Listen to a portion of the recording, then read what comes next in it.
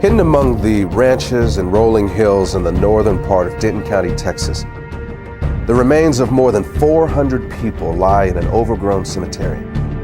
And even though it was abandoned and forgotten a long time ago, a few headstones can still be found. But most of the graves in this place never had a marker to begin with. That's because the people who were buried in them were considered to be property, not much different than a horse or a mule. This is where slaves were buried.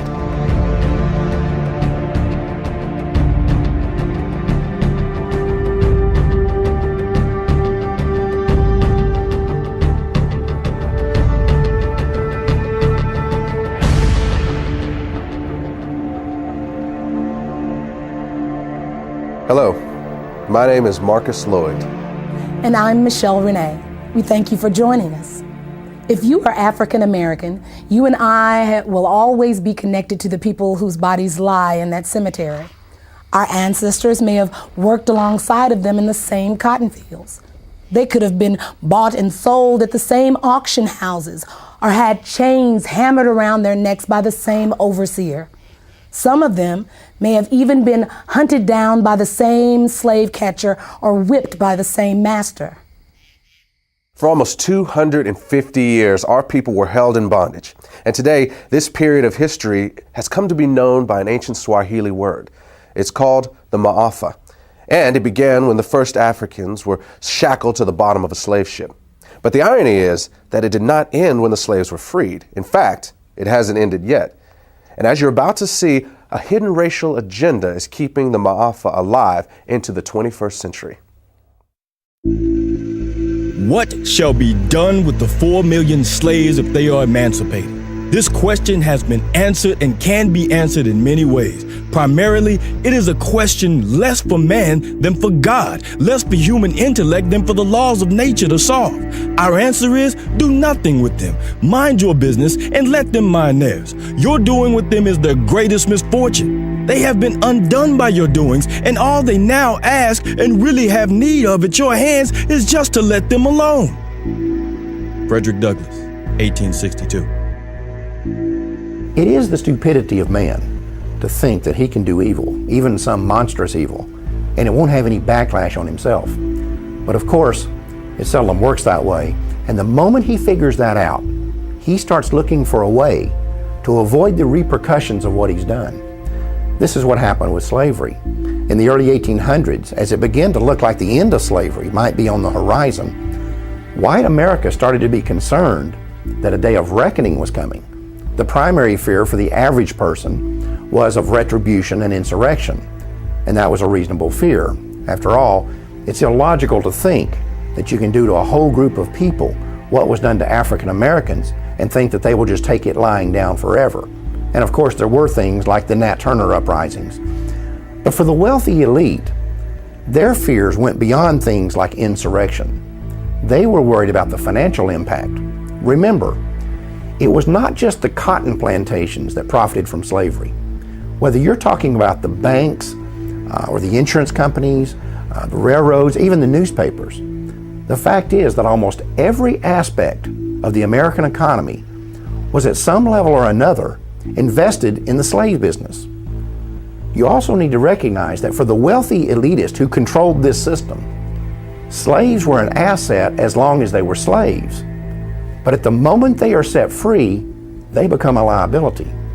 And what the elite knew was that the end of slavery would instantly release 4 million people into the economy who had been kept uneducated and effectively unemployable anywhere but the cotton field. And what they were concerned about was that this was going to bankrupt the American economy. Taxes were going to go through the roof to take care of these people. Crime was going to be rampant. The prisons were going to be flooded. There was going to be this population overrun. And in the North, the biggest fear was migration from the South of these black people. The other fear that these people had was intermarriage between blacks and whites would lead to a loss of racial purity. The question was, what were they going to do about it? And their initial thought was that they would just send all the slaves back to Africa. This plan was called colonization, and it had broad support among the wealthy elite. In fact, the American Colonization Society was even funded by the United States Congress. But in the end, colonization proved to be unworkable, and the idea was eventually scrapped. But about that same time, a new philosophy was emerging in the world. It was called eugenics, and for some, it seemed like the perfect solution to what had become known as the Negro dilemma.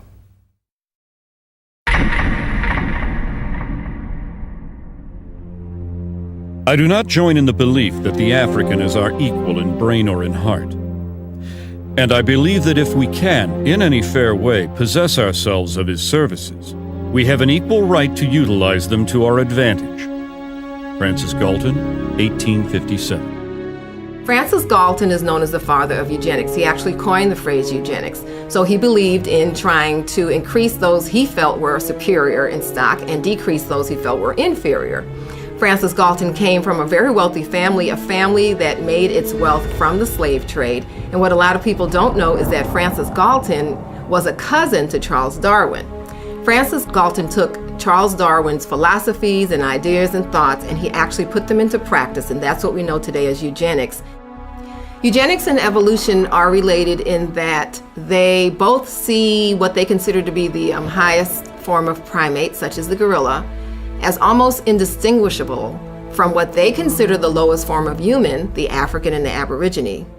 At some future period, not very distant as measured by centuries, the civilized races of man will almost certainly exterminate and replace the savage races throughout the world.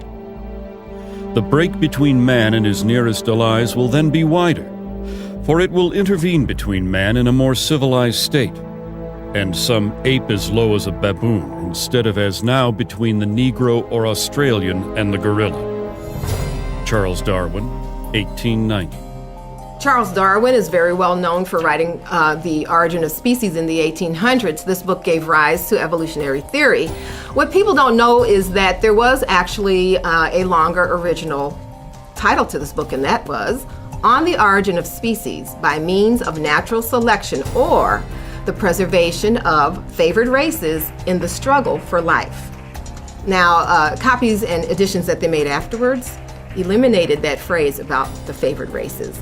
Evidently, they understood then that it was politically incorrect.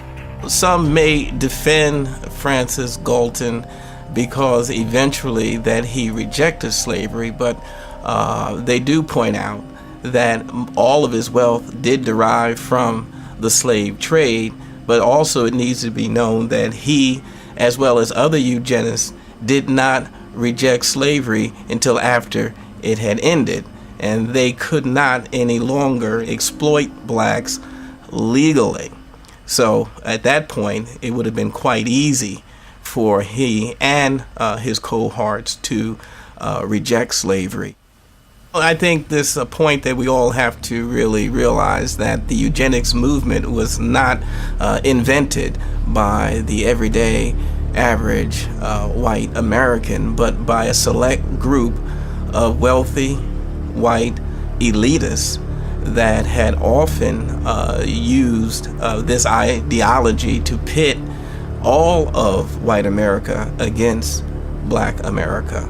And so we see that indeed that truly is the case even to this day. Average Negroes possess too little intellect, self-reliance, and self-control to make it possible for them to sustain the burden of any respectable form of civilization without a large measure of external guidance and support. Francis Galton, 1873. Eugenicists believed that Africans were inferior not just mentally, but physically, and that left to themselves, left alone, they would not make it. The problem is, it didn't work. With that failure, the eugenicists moved on to what is known as positive eugenics. In positive eugenics, the eugenicists wanted the white population to reproduce, to have so many children that it overwhelmed the black population. But that didn't work either. Next, they moved on to what they called negative eugenics. They knew that they could not round up all the blacks in the nation and execute them, so they decided to create an environment where they would convince the blacks to severely limit the number of children they were going to have, and thereby commit race suicide.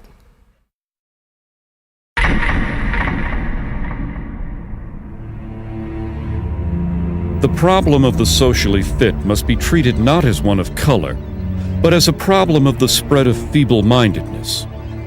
Dr. Charles Davenport, 1913, director of the Eugenics Record Office, Cold Spring Harbor, New York, and co-founder of the American Eugenics Society. The eugenics realized that they could not promote their agenda simply because they knew it would be viewed as politically incorrect and socially unacceptable. So what they did was use code words that were once successful in slavery, terms such as feeble-minded, unfit, words such as imbecile, immoral, criminal. They tagged those labels upon the targeted community. These words were less inflammatory, so it let society more or less not be totally alarmed of the original intent, but deep down inside, I believe everyone truly knew what segment of society and what people they were actually talking about. Even a cursory glance at the charts, photographs, and diagrams used to popularize eugenic ideals reveals that the unfit were swarthy, black, and ugly by Anglo-Saxon standards, with flattened noses, wiry hair, and prognathous profiles. Harriet Washington, author, Medical Apartheid. In the early 20th century, the white elitists who made up the eugenics movement were no longer just philosophers and academics. Now they were industrialists and billionaires who had come to embrace a worldview that was essentially identical to the eugenics movement. The same individuals and corporations who had once made millions on the backs of slaves were now willing to spend millions to get rid of them. But that didn't mean that these guys were interested in being public crusaders for the eugenics movement. They were certainly willing to be the brains and the money behind it, but they would hire crusaders to do the dirty work. And the primary one they settled upon was a woman named Margaret Sanger. She was the founder of the American Birth Control League and the publisher of its newsletter, the Birth Control Review. On a practical level, the relationship between Sanger and these elitists was basically a marriage of convenience. In order to advance their common agendas, they needed a front man and she needed money. And the whole thing would be held together by this kind of bizarre obsession with race and class. The result was that the American Birth Control League became the driving force behind the American eugenics movement. Eugenics would no longer just be a philosophy. Sanger and others like her were going to put it into practice. We are paying for and even submitting to the dictates of an ever-increasing, unceasingly spawning class of human beings who never should have been born at all. Margaret Sanger, 1922. The laws of nature require the obliteration of the unfit, and human life is valuable only when it is of use to the community or race. Madison Grant, 1916, co-founder, American Eugenics Society. The black man has never been a competitor, but has always been subservient to the white race. And just so long as he remains subservient, his position is secure. And just so soon as he becomes a competitor, his fate is sealed. Dr. Benjamin Hayes, eugenicist, 1905. The American Birth Control League was wise enough to get their program of population control across by using what had worked in the past, the same code words that had established the institution of slavery and that was also used by the early eugenics movement was once again used by the American Birth Control League. The Margaret Sangers of those days did not come out and say they were trying to eliminate black people. What they did say, they were trying to rid society of the feeble-minded. They were trying to rid the society of the criminal.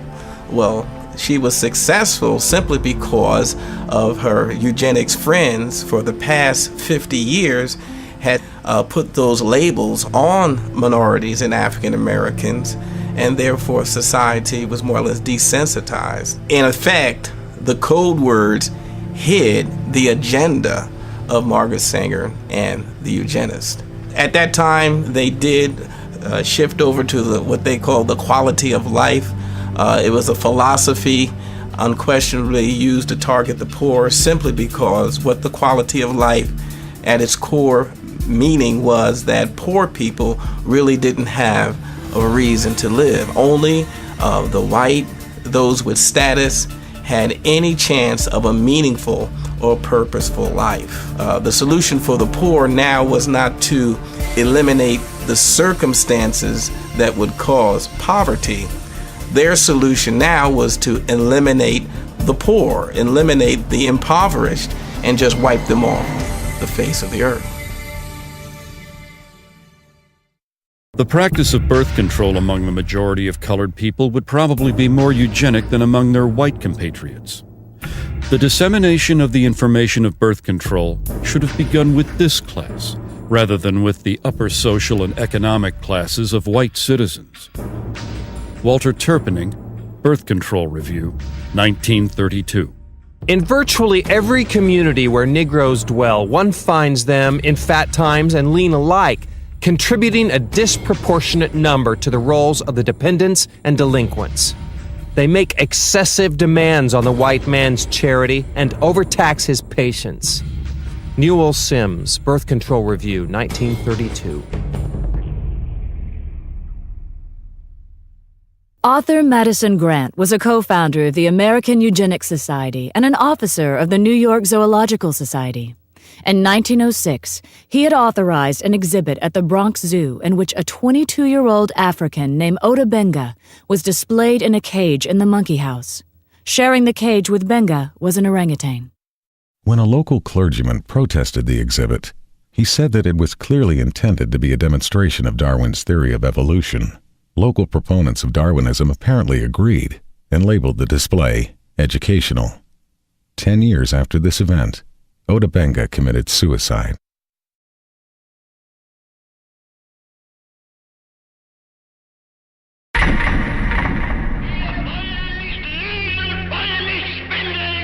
During Hitler's regime, the Germans were supplied with elaborate charts and complicated theses supposedly proving the superiority of the German people. It is interesting to note that at the bottom of these charts were the colored people of the world, most conspicuously, the black people. Floyd McKissick, National Director, Congress of Racial Equality, 1967. An often overlooked fact about the German Holocaust is that the Nazis did not simply target the Jewish population. They went after the black community as well. Under the threat of being sent to concentration camps if they did not cooperate, Afro-German citizens were not only forced to undergo sterilization themselves, they were also required to turn over their children for sterilization. In his book Mein Kampf, Adolf Hitler explained the motivation behind such programs. The Jews were responsible for bringing Negroes into the Rhineland.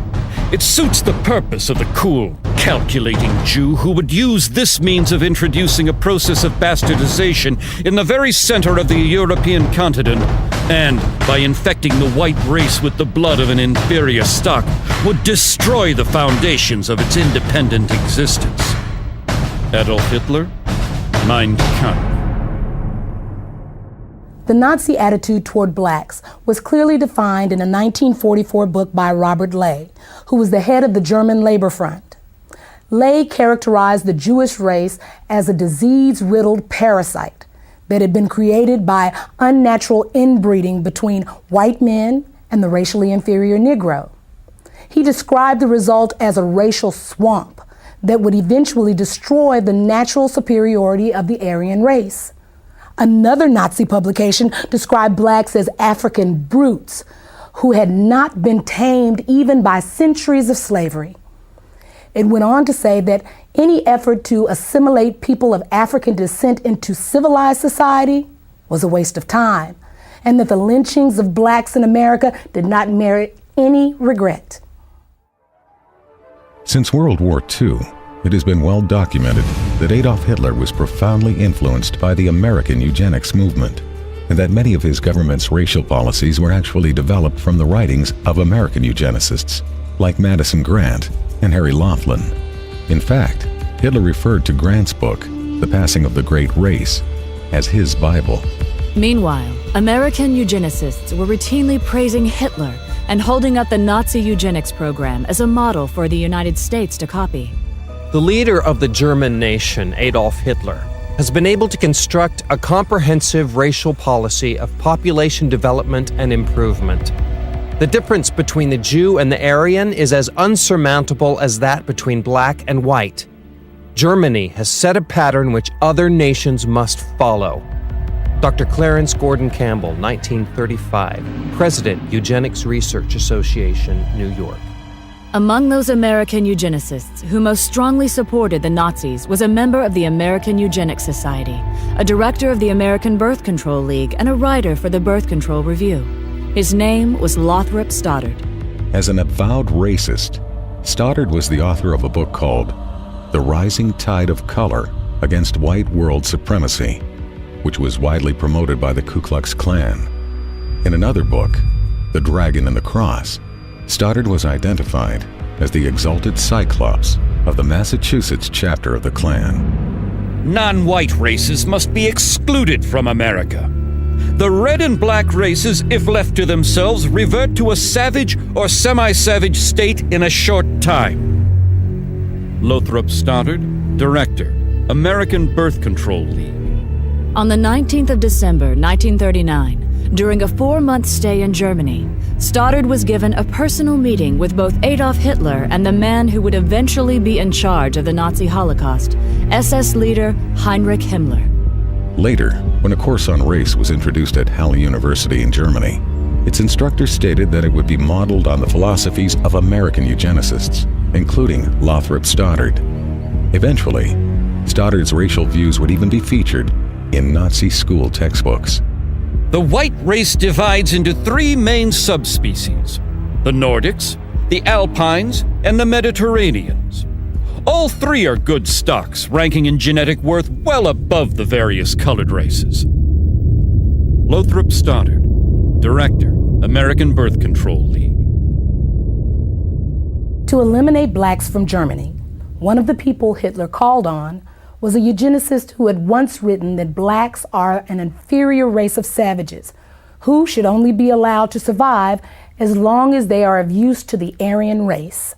His name was Eugen Fischer, and about 20 years earlier, he had been one of the leaders of a system of concentration camps in southwestern Africa, where blacks were rounded up to be executed, experimented on, or held as free labor.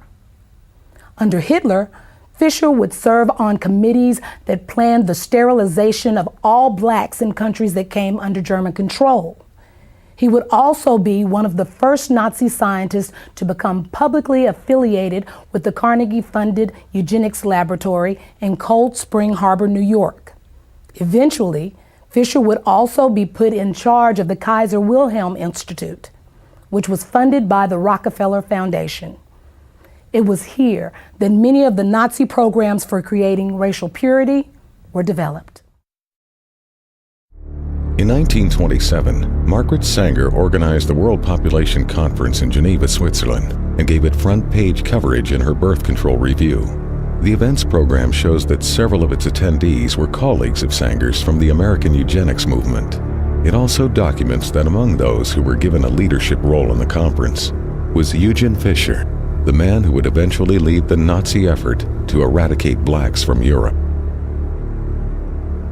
Another American eugenicist with Nazi connections was Harry Laughlin. Now, he was an official with both the American Eugenics Society and the American Birth Control League, and in 1928 his plan for using forced sterilization to eliminate those who might produce what he called degenerate offspring was published in the Birth Control Review. In 1936, Laughlin led an effort to distribute the English language version of a Nazi eugenics film to audiences in the northeastern part of the United States. He had acquired the rights to the film from the Race Policy Office of the Nazi Party and, with the help of 2 other American eugenics organizations, had mailed literature to biology teachers at 3,000 U.S. high schools, urging them to show it in their classrooms. Later that year, Laughlin was praised in a Nazi newspaper and awarded an honorary degree from the University of Heidelberg for his contributions to the Nazi eugenics effort. In the 1930s, a German psychiatrist named Ernst Rudin was named president of the International Federation of Eugenics in Cold Spring Harbor, New York, which was funded by the Carnegie Corporation. And in 1933, his call for racial purity was published in the Birth Control Review. Later, Rudin would be chosen by Hitler to write Germany's eugenics laws, and at one point, he personally helped the Gestapo round up and sterilize several hundred blacks, who they referred to as Rhineland bastards. After the war, Rudin would be identified as one of the architects of the barbaric medical experiments that the Nazis carried out in their concentration camps. It may be possible that Hitler actually got the idea for concentration camps while studying the American eugenics movement. In 1919, the state of Indiana had allocated $300,000 to create a work colony in the city of Butlerville, where those who were labeled feeble-minded would be incarcerated.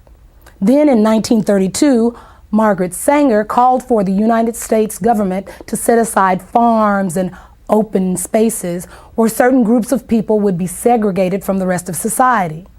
She proposed that, among others, the illiterate, the unemployed, and the poor should be forcibly kept in these areas until they developed what she called better moral conduct. It was later discovered that under the Indiana program, the state was allowed to label someone feeble-minded if they were poor or did not do well in school, or if the state considered them to be shiftless or have insufficient moral judgment. But it's important to understand that this Indiana campaign was not unlike those in other states. For example, a eugenics project conducted in Massachusetts during the late 1920s proposed sterilization for young girls who were diagnosed as defective, which could include being unwed and pregnant, financially poor, or if the state labeled them socially undesirable. In addition, boys as young as 14 could be castrated for showing signs of kleptomania or for exhibiting what was described as solitary behavior. In a single incident during 1935, the Nazis sterilized the children of over 600 German women because it was reported that those children had been fathered by black men. When news of this reached the United States, a member of the American Eugenics Society named Walter Ashby Plecker wrote a letter to the German Bureau of Human Betterment and Eugenics, praising them for the action and expressing his hope that not one child had been missed. 10 years earlier, Plecker had written that the black population was the greatest problem and most destructive force which confronts the white race and American civilization.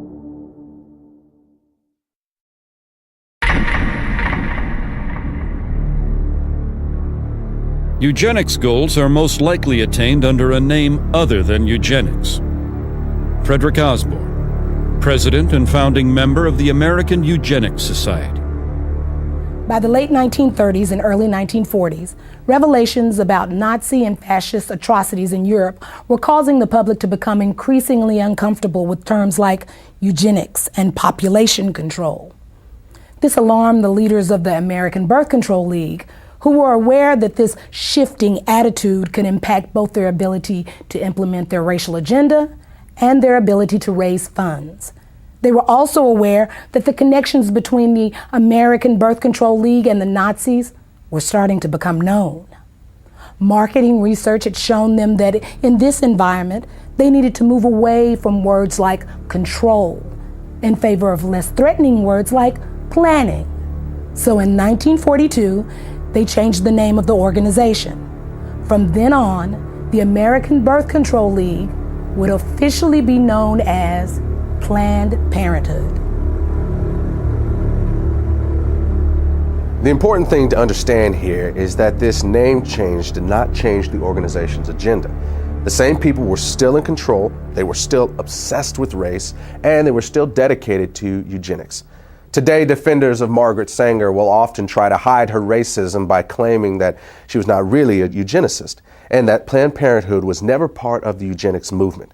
But the truth is that as late as 1956, the American Eugenics Society listed Sanger as a member of the organization. In addition, many of Sanger's colleagues and the people whose writings she published, as well as many of Planned Parenthood's officers, were also known to be members. In fact, the ties between Sanger and the eugenics movement were so well established that in the 1920s, Sanger pursued a plan to merge the American Birth Control League, or Planned Parenthood as it was later called, with the American Eugenics Society. However, despite Sanger's efforts, the merger plan died after being rejected by the leadership of the American Eugenics Society. As an alternative, Sanger then proposed that the two organizations at least combine their publications into one magazine. But again, that idea was also rejected by the American Eugenics Society. The eugenic and civilization value of birth control is becoming apparent to the enlightened and the intelligent. The campaign for birth control is not merely of eugenic value, but is practically identical in ideal with the final aim of eugenics. Margaret Sanger, 1921. In her autobiography, Margaret Sanger wrote about a speech she gave in 1926 at a Ku Klux Klan rally in Silver Lake, New Jersey. The Planned Parenthood founder bragged about the fact that afterward, she was invited by 12 other Klan chapters to speak at their events. At about the same time the American Birth Control League was changing its name to Planned Parenthood, a lot of books and reports began coming out that attempted to put a happy face on eugenics, and many of them were written by people that were associated with Planned Parenthood. The strategy here was obvious. Since the Nazis had turned eugenics into a four-letter word, the American eugenics movement decided it was time to lay low. So most of their writings during this time period downplayed the role of eugenics and couched their agenda in terms of helping the African American. Perhaps the best example of this is a 1,500-page book by eugenicist Gunnar Myrdal called An American Dilemma, The Negro Problem in Modern Democracy. Interestingly, this book was not the result of some mom-and-pop operation. Myrdal had 75 assistants working on this project whose salaries were being paid for by the Carnegie Corporation, and Carnegie had been a major player in the eugenics movement for many years. Gunnar Myrdal and his wife Alva were both involved in eugenics. They were funded by both the Rockefeller Foundation and the Carnegie Corporation. They were also closely linked to a Swedish eugenics program which forcibly sterilized 66,000 people. When you read Chapter 7 of this book, it becomes undeniable that this is a blueprint for the modern eugenics movement that we still see in the United States today. The bottom line is that Gunnar Myrdal believed that not only could blacks not help themselves, he felt that nobody could help them, and the only solution in his eyes was to get rid of them. Commonly, it is considered a great misfortune for America that Negro slaves were ever imported. The presence of Negroes in America today is usually considered a plight of the nation. Chapter 7, page 167. All white Americans agree that if the Negro is to be eliminated, he must be eliminated slowly, so as not to hurt any living individual Negroes. Chapter 7, page 168. The only way possible of decreasing Negro population is by means of controlling fertility. Chapter 7, page 170. Birth control facilities could be extended relatively more to Negroes than to whites, since Negroes are more concentrated in the lower income and education classes. Chapter 7, page 176. One thing I find very revealing about Chapter 7 is the first paragraph. Myrdal uses U.S. Census Bureau figures to show that between 1790 and 1940, the black population in the United States increased 17 times. At the same time, those Census Bureau figures show that the white population increased 37 times. However, neither Myrdal nor any other eugenicist wrote anything about what to do about that part of the population that was increasing twice as fast as the black population. Gunnar Myrdal's book on how to resolve what he called the Negro Problem was published in 1944 by Harper & Brothers of New York.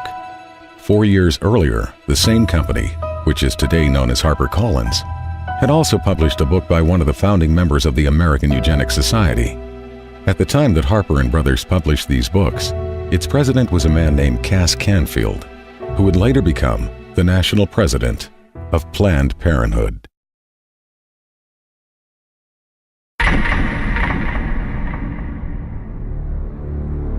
We hope that the restraint of population growth can come about through voluntary means. But if it does not, involuntary methods will be used. Dr. Donald Minkler, 1972. Donald Minkler was the president of the American Association of Planned Parenthood Physicians and a member of the board of directors of Planned Parenthood Federation of America. Like many of those in the eugenics movement, he understood that their plans would not always be voluntarily adopted, and that the use of governmental coercion or even force might one day be necessary. The idea of forced eugenics was not something that suddenly developed in the 1970s. In a 1929 speech, American eugenicist Samuel Holmes had proposed that mandatory birth control should be used as a tool to eliminate what he called the menace to the white race that had been created by increases in black population. His solution was to have a quota system in which the right to have a child would be controlled by the government and determined by race. At the time, Holmes was on the National Council of the American Birth Control League, which would later become known as Planned Parenthood. Then, in 1936, eugenicist Julian Huxley proposed that the genetically inferior classes could be made to have fewer children if they were denied easy access to welfare. Another part of this proposal was that medical care to these same people should be restricted in order to reduce the survival rates of the children they did have. He also called for the forced sterilization of anyone who was unemployed beyond a certain length of time. Huxley was later honored by Planned Parenthood and was a featured speaker at one of their annual conventions. The reality is that the views of people like Samuel Holmes and Julian Huxley were never uncommon within the American eugenics community.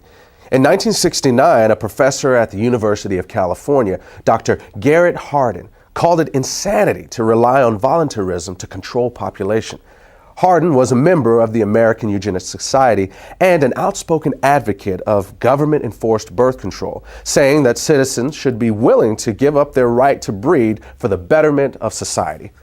In 1980, he was given Planned Parenthood's highest national award. He and his wife would later kill themselves in a joint suicide pact. There were, of course, some within the eugenics movement who were uncomfortable with the idea of using force, and they would often express their reservations about it in public.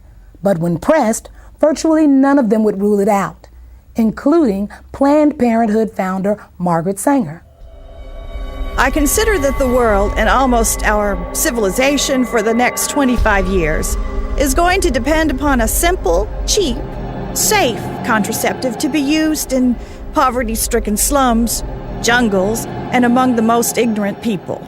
Even this will not be sufficient, because I believe that now, immediately, there should be national sterilization for certain dysgenic types of our population who are being encouraged to breed and would die out were the government not feeding them. Margaret Sanger, 1950. This was written by Sanger in a personal letter to Catherine Dexter McCormick. McCormick was an heir to the international harvester fortune and would later use part of her immense wealth to fund the development of the birth control pill. In 1966, an example of the coercive power of state eugenics laws was seen in Maryland when 3 young mothers applied for welfare benefits. All 3 were arrested for child neglect, even though the authorities never claimed to have any evidence of abuse or neglect. Instead, the women were held under a state law which stated that simply being unmarried and pregnant was child neglect. The judge in this case warned the women that if they ever became pregnant again, the state would take custody of all their children. Officials in Prince George's County, where the arrest took place, stated that welfare recipients could avoid being prosecuted under this law by submitting to state-sponsored birth control education.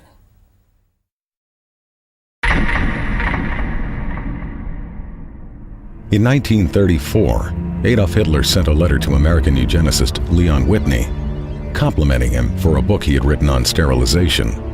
Whitney was the former executive secretary of the American Eugenics Society and a colleague of Margaret Sanger's.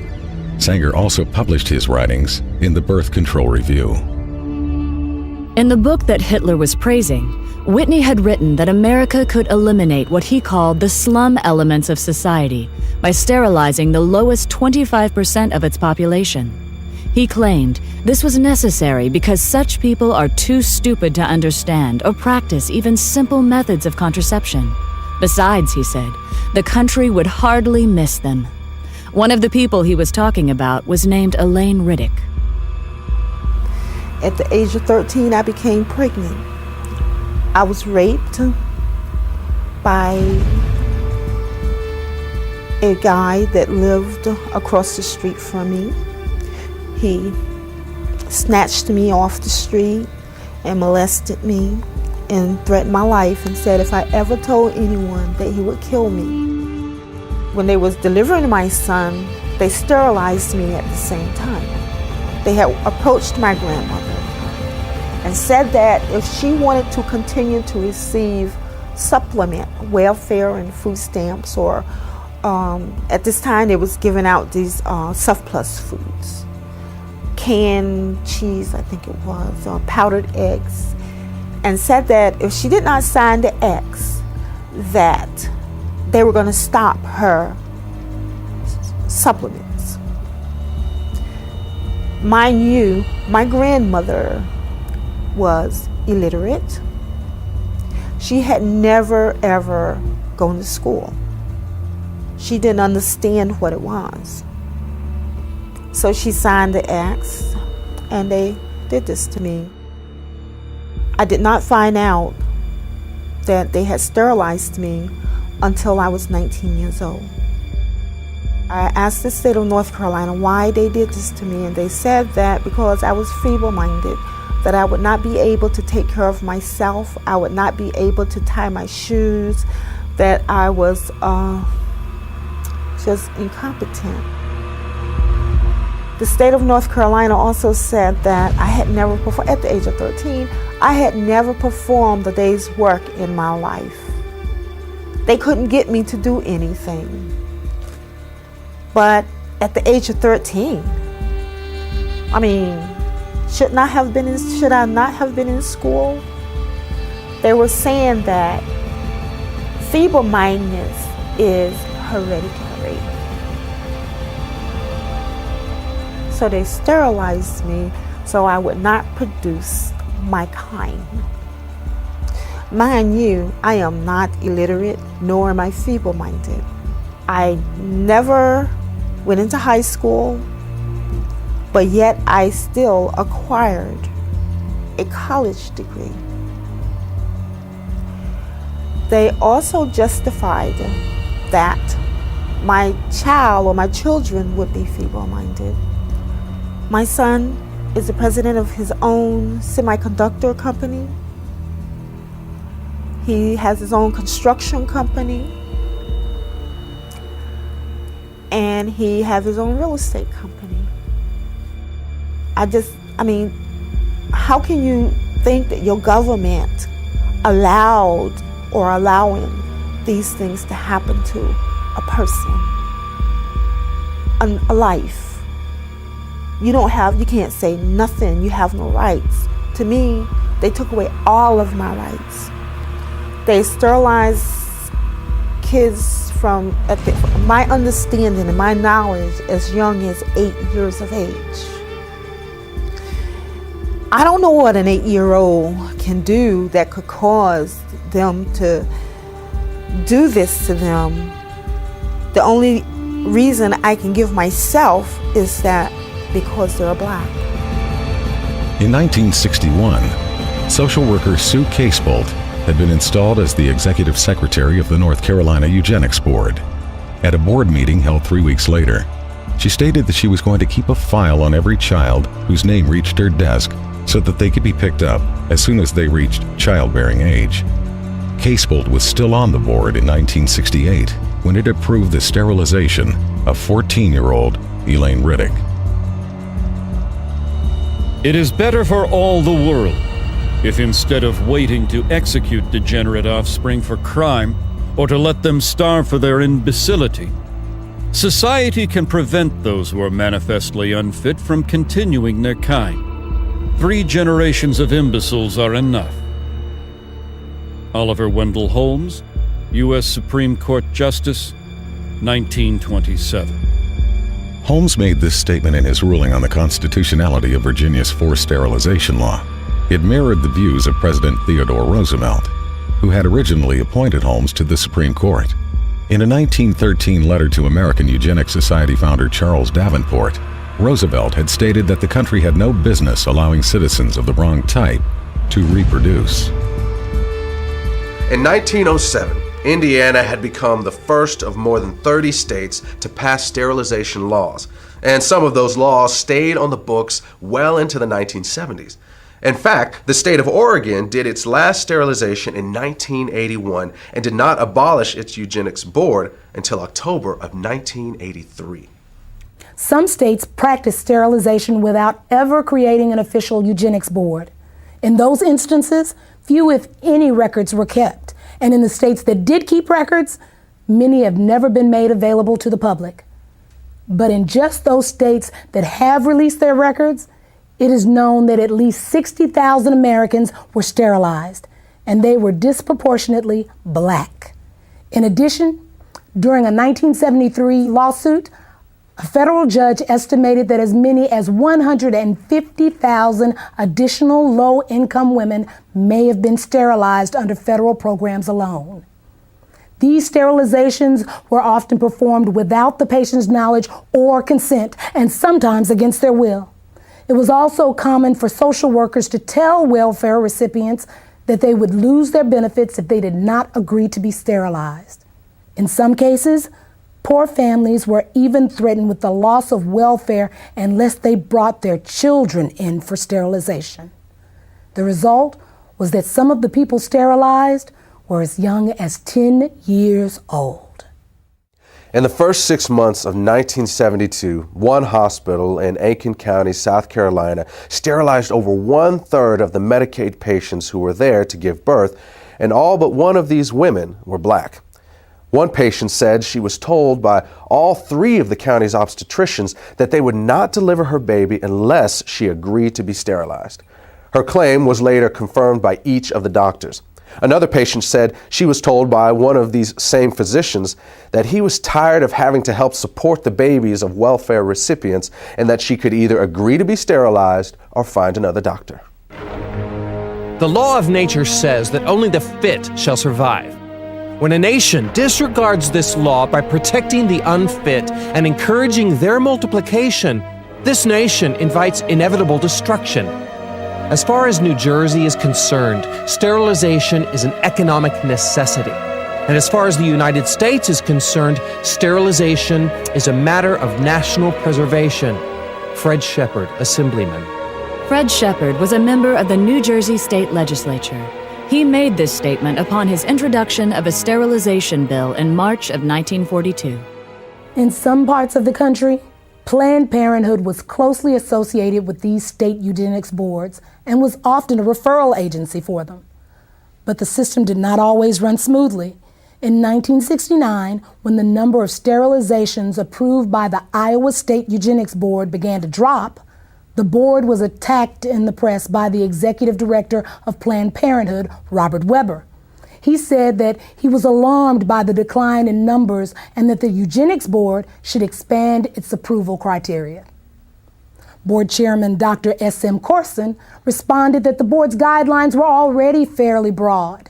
He pointed out that approvals were routinely given for young girls for no reason other than the board's speculation that they might likely one day engage in immoral behavior without the capacity for being wives and mothers. At that point, Weber publicly scolded the board and told them that they should either increase the number of sterilizations or quit. From its beginning, Planned Parenthood always had powerful ties to the American eugenics community. In fact, in many places they were often one and the same. For example, when the first birth control clinic was opened in Arkansas, it was operated by the Arkansas Eugenics Association and overseen by a woman named Hilda Cornish. Later, the Arkansas Eugenics Association would become the Arkansas State Affiliate of Planned Parenthood, and Cornish would be named its executive director. During the 4 months that American Birth Control League director Lothrop Stoddard was in Nazi Germany, he not only met with Hitler and SS chief Heinrich Himmler, he also attended one of the Nazi eugenics courts. The first case I saw looked like an excellent candidate for sterilization. A man in his mid-30s, he was rather ape-like in appearance. Receding forehead, flat nose with flaring nostrils, thick lips, and heavy prognathous jaw. Not vicious looking, but gross and rather dull. Lothrop Stoddard, Director, American Birth Control League, later known as Planned Parenthood. Given the admiration that Adolf Hitler expressed for the American eugenics movement, it is not unlikely that he modeled the eugenics courts in Nazi Germany after the state eugenics boards in the U.S. In both countries, feeble-mindedness was routinely used as a catch-all justification for sterilization, and the diagnosis of feeble-mindedness was almost always left up to the judgment of the person advocating the sterilization. First, the white man tells me to sit in the back of the bus. Now it looks like he wants me to sleep under the bed. Back in the days of slavery, black folks couldn't grow kids fast enough for white folks to harvest. Now that we got a little taste of power, white folks wants to call a moratorium on having babies. Comedian Dick Gregory, Ebony Magazine, 1971. By the 1960s, the American eugenics movement had been reasonably successful in getting sterilization laws and prohibitions against interracial marriage passed. They also had some success in getting states to mandate sterilization for those convicted of even non-sexual crimes, and some states began to require sterilization as a condition for receiving welfare or health care. Meanwhile, another state proposed jail time for anyone who had a child out of wedlock unless they agreed to be sterilized, and at least one state required sterilization as a condition of being released from custody. But these laws were not producing the results Planned Parenthood and others in the eugenics movement wanted. They also began to fear that federal courts were going to eventually rule that these kinds of measures were unconstitutional. At about the same time, however, something new was being introduced to American society. It was called the birth control pill, and the eugenics movement quickly saw it as the perfect solution for controlling the population of people they had always seen as oversexed, unsophisticated, and lazy. But what they would eventually discover is that while the pill was enthusiastically embraced by whites, it was generally rejected by blacks, despite the fact that Planned Parenthood focused its marketing on the African American community and located the vast majority of its facilities in black neighborhoods. What Planned Parenthood and the rest of the eugenics movement did not count on was that many blacks did not want to reduce their numbers. In fact, they saw high birth rates as the most effective way to increase their power in the American political system. The other reality was that an increasing number of African Americans were becoming suspicious that a hidden agenda was behind the birth control revolution. Even those who once supported the idea of population control were beginning to sense that it actually meant black population control. This feeling was evident in June of 1970 when the Black Caucus walked out of the first National Congress on Optimum Population and Environment being held in Chicago. Felton Alexander of the National Urban League and the chairman of the Black Caucus said the action was taken because of clear and unmistakable evidence that the purpose of the conference was to legitimize the extermination of the black population. By this time, many other civil rights advocates were beginning to see the same thing. Contraceptives will become a form of drug warfare against the helpless in this nation. Jesse Jackson, 1971. There is a campaign to bombard the poor with pills and potions. If this movement continues, we soon may be accused of fighting poverty by eliminating the poor and overcoming hunger by removing the hungry. New York Congressman Hugh Carey, 1966. Under the cover of an alleged campaign to alleviate poverty, white supremacist Americans and their dupes are pushing an all-out drive to put rigid birth control measures into every black home. No such drive exists within the white American world. Black Unity Party, 1968. Birth control and sterilization in the wrong hands would be more deadly to Negroes than all the tanks, riot guns, cattle prods, billy clubs, and shackles we have overcome in the past. Dr. Leroy Swift, obstetrician, gynecologist, 1968. As it became clear that a growing number of African Americans were connecting the dots between birth control and black genocide, eugenics organizations began calling for the U.S. government to add birth control chemicals to the nation's food and water supply. It was even suggested that this strategy could be specifically targeted at urban neighborhoods. This idea was widely embraced in the eugenics movement and taken seriously enough by the government to be discussed at a 1969 meeting at the United Nations. Under the plan being considered, a couple could apply to the government for permission to have a child, and if approved, they would be given an antidote to the population control chemicals they had ingested in their food and water. Interestingly, the idea that government should have some sort of licensing agreement to regulate who would and would not be allowed to give birth was not a new one.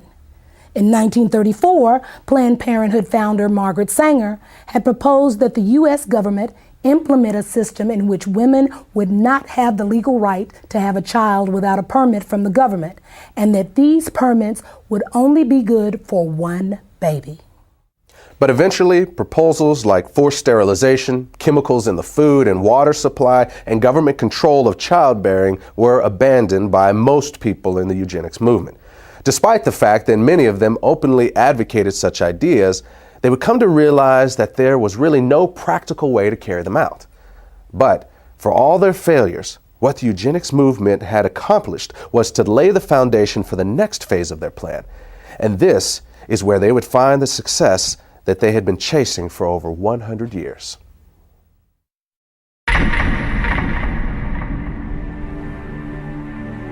What would you say is now the #1 cause of death in the African American community?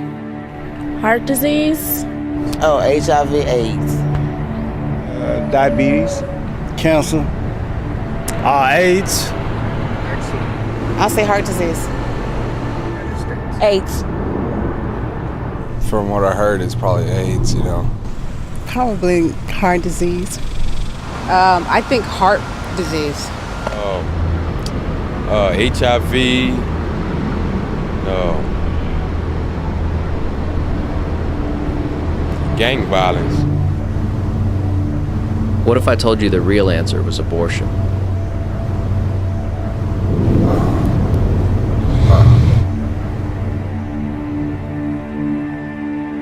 Since 1973, legal abortion has killed more African Americans than AIDS, cancer, diabetes, heart disease, and violent crime combined.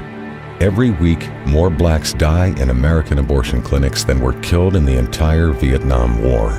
And the largest chain of abortion clinics in the United States is operated by Planned Parenthood.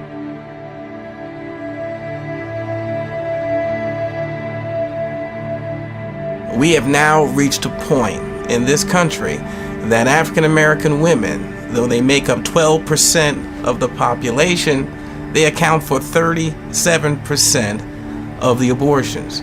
An African American baby is almost 5 times more likely to be aborted than a white child. The abortion industry at this point kills as many African American people every 4 days as the Klan killed in 150 years. And you can truly say the most dangerous place for an African American to be is in the womb of their African American mother. All across America, you can stand outside of the abortion clinics and see a steady stream of black women coming in and out. But somewhere along the way, we got the idea that this is a white issue or a conservative issue or a Republican issue, and therefore it's not an issue that we have to be concerned about. This same attitude has allowed Planned Parenthood and other members of the abortion industry to carry out this genocide right under our very noses. Right now in America, about half of our babies are being killed in the womb. And in certain parts of America, more of our babies are being aborted than are being born.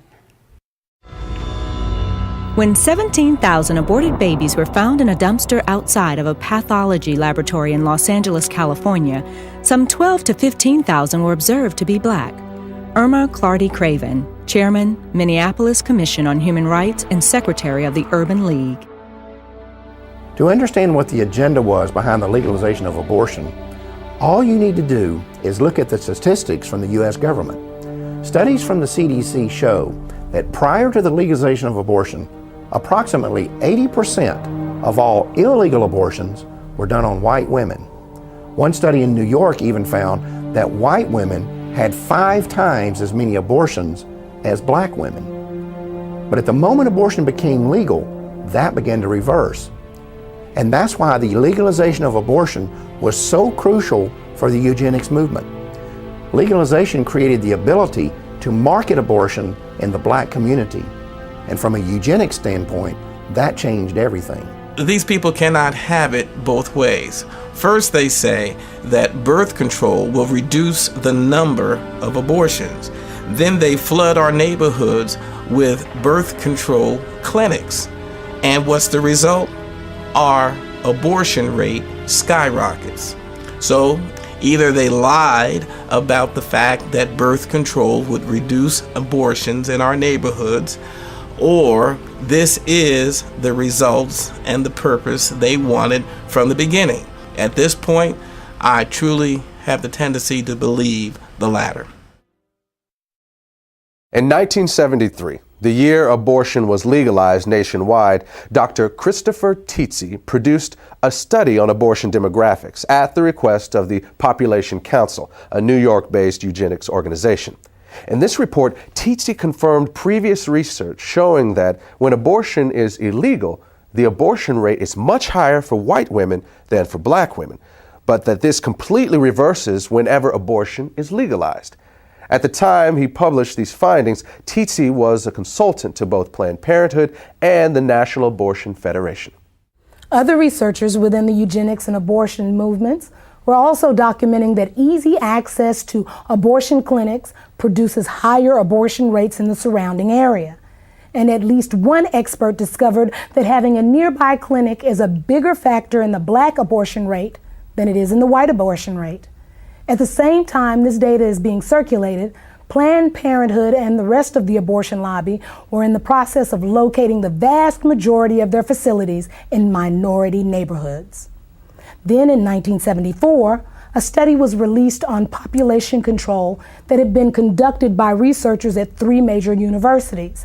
By analyzing data obtained from Planned Parenthood's own records, they determined that the number one factor in deciding whether a county in the United States provided free or low-cost family planning services was not poverty, but race. The researchers said their findings seemed to support the contention of many civil rights activists that such programs are less intended to assist the poor than they are to control the growth of the black population. Birth control and abortion are turning out to be the great eugenic advances of our time. Frederick Osborne, founding member of the American Eugenics Society, 1973. The best way to hate a nigger is to hate him before he is born. Leander Perez, Louisiana State Judge, 1970. 2 years after the director of Iowa Planned Parenthood had publicly attacked the state's eugenics board for not approving enough sterilizations, a bill was introduced in the Iowa legislature to legalize abortion. Despite having the support of both the state Republican Party and the state Democratic Party, as well as strong backing from the governor, the bill would be defeated almost single-handedly by the only African American in the Iowa legislature. Proponents have argued this bill is for blacks and the poor who want abortions and can't afford one. This is the phoniest and most preposterous argument of all.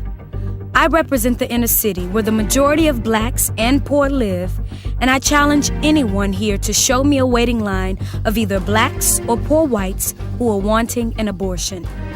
Iowa State Representative June Franklin, Democrat, 1971. From the beginning, it was obvious that racism was the driving force behind the eugenics movement.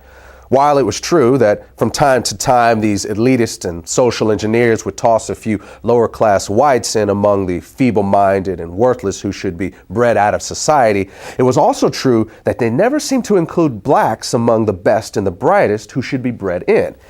And at the same time, the country was being saturated with calls for population control and family planning. The facilities to carry them out were pouring into the black community. After all, no one was suggesting that there were too many white people in the world. And realities like those did not go unnoticed by early civil rights activists. For them, the reason birth control and abortion were being pushed was not a secret. Those whom we could not get rid of in the rice paddies of Vietnam, we now propose to exterminate if necessary, eliminate if possible, in the OB wards and gynecology clinics of our urban hospitals. Jesse Jackson, 1971. Black people are the target of birth control, not because the ruling politicians like them and care about their economic equality, but because they hate them and can no longer use them in plantations and other cheap labor conditions. Muhammad Speaks, the Black Muslim newspaper, 1970. I believe the entire question of abortions is just one more in the continuous series of events to eliminate the black population. Father George Clemens, Jet Magazine, 1973. The abortion law hides behind the guise of helping women, when in reality it will attempt to destroy our people. Brenda Hyson, New York chapter, Black Panther Party, July 1970. The racist tells you to take birth control pills to kill, to murder life that might have existed if you had not. They are planning mass extermination of people they consider dispensable. Van Keys, Oakland chapter, Black Panther Party, 1969. A true revolutionary cares about the people. He cares to the point that he is willing to put his life on the line to help the masses of poor and oppressed people. He would never think of killing his unborn child. Detroit chapter, Black Panther Party, 1970. Who the hell is getting the pill? The Mexican and the Negro. Do you want to wipe us out? Cesar Chavez, 1967. On the day after the assassination of Dr. Martin Luther King, a memorial service was held at Howard University in Washington, D.C. As mourners left the auditorium, they encountered about 600 people attending a rally outside. Several speakers were heard warning the crowd that population control was being used as a weapon of black genocide. Among the speakers who gave this warning was noted civil rights activist Stokely Carmichael. A year later, Pittsburgh police were called when 200 sticks of dynamite were discovered near a local Catholic church. An investigation revealed that the dynamite was not intended for the church, but was instead left behind by civil rights activist William Bowie Hayden. Hayden later admitted that he and his group, the United Movement for Progress, had planned to use the explosives to blow up nearby Planned Parenthood facilities because they were practicing black genocide. Hayden had once stated that any African American who supported allowing Planned Parenthood into black neighborhoods was an Uncle Tom. Into the black community stepped Planned Parenthood. Only when they came into the black community, they've become Planned Black Genocide. William Bowie Hayden, civil rights activist, 1971. Among those associated with Hayden was an African American physician named Dr. Charles Greenlee. Greenlee had been a staunch supporter of Planned Parenthood, but became suspicious of the organization after noticing that black neighborhoods in his city were, as he described it, saturated with Planned Parenthood facilities, while nearby white neighborhoods that were just as poor did not have a single one. In an article published by the Black Muslim newspaper Muhammad Speaks, Greenlee said he had also discovered that deceptive materials were being circulated in the ghettos and delivered to the homes of black women, warning them that welfare recipients who had additional children would lose their public assistance. Greenlee knew that wasn't true and concluded that Planned Parenthood was pushing a hidden agenda. It was then he severed his ties to the organization and started working against it. The idea is to make less niggas so they won't have to build houses for them. If we keep producing, they're either gonna have to kill us or grant us full citizenship. Dr. Charles Greenlee, civil rights activist, 1968. It is strange that they chose to start talking about population control at the same time that black people in America and people of color around the world are demanding their rightful place as human citizens and their rightful share of the material wealth in the world. Jesse Jackson, 1977.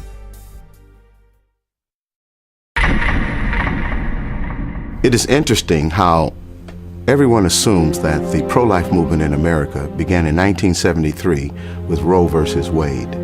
But we who were around during the civil rights movement and struggle of the 1960s, we know that the first anti-abortion groups were organizations like the Black Panthers, the Nation of Islam, and other community organizations.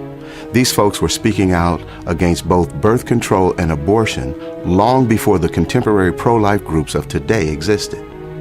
But one of the problems with the civil rights movement was that there was far too many men and women who were willing to sell out the community. And a lot of powerful, influential African Americans knew that they had to be willing to turn and look the other way in order to advance their own personal political agendas. In 1972, those members of the Congressional Black Caucus, such as Charles Diggs, did not trust the abortion industry or those who were espousing population control or family health, and they were suspicious of them. But when the money began to flow, just as it was with Jesse Jackson, when he found out that indeed he could get funding and monies to run for presidents from these people, he flip-flopped in his position. Because he once said abortion is black genocide. What happens to a mind of a person in the moral fabric of a nation that can abort a baby without a pang of conscience? Where will we be 20 years from today? But when Reverend Jesse Jackson realized he needed money to run for president, all of a sudden the most important civil rights issue is a woman's right to choose. In 1975, Jesse Jackson called for the ban of abortion through a constitutional amendment. And in an interview in Jet magazine, he referred to abortion as genocide. But Jesse Jackson, on the other hand, wanted to become president. And the Democratic Party at that time had sold out completely to Planned Parenthood and the eugenics crowd. And Jesse Jackson went along to get along. And don't ever think that he was the only one. The unfortunate thing we face, whether we're talking about individuals or organization, there's never been a shortage of black leaders who are willing to sell us down the river if it's enough money and political power in it for them. I've been grappling with the fact that the NAACP is in bed with the very organization that has brought black genocide to our community. Dr. Alveda King, the niece of Dr. Martin Luther King, has tried on at least 3 occasions to bring to this organization's attention the black genocidal plot of people like Margaret Sanger and Planned Parenthood to exterminate the black community. And the stonewalling has been astounding. Alveda King literally has gone to the street along with myself to say to the NAACP, please deal with this issue of black genocide. The NAACP has responded by hiding and trying to prevent their convention goers to hear about black genocide. They've even gone to the extent of using buses to block our demonstration about black genocide in front of Cobo Hall where their convention was going on. They have literally put black paper across their windows so that the convention goers at the NAACP convention could not see the demonstration going outside that included Alveda King. There is definitely a conspiratorial plot being hatched and has been hatched by the NAACP to keep from their people the fact that they are co-conspirators in the genocide of their own people. When you look at the number of African Americans who portrayed us over the years, it's not always clear whether they are uninformed or just out and out traitors. When we see pro-choice politicians defending abortion on television, Do they really understand the implications of abortion and that it is certainly used for black genocide? Reverend Benjamin Hooks, one of the former presidents of the NAACP, once personally told me that the NAACP would not bring this subject to the floor because they believed it would tear up the NAACP. Even the media has conspired with the NAACP to keep this issue from the attention of the black community and the public at large. I have seen the news media literally hide their trucks so that they would not be in a position to have to cover the demonstrations in front of Cobo Hall, only to bring them out after the demonstrators had left. This is an outrage that the black community is having the life of its babies destroyed, and the NAACP and the media are knowingly conspiring to keep this information from the public. This is an outrage, and it should be dealt with by every fair-minded American. The civil rights elite has forgotten the lives of unborn black children and has joined those who choose to kill them. Unbelievable!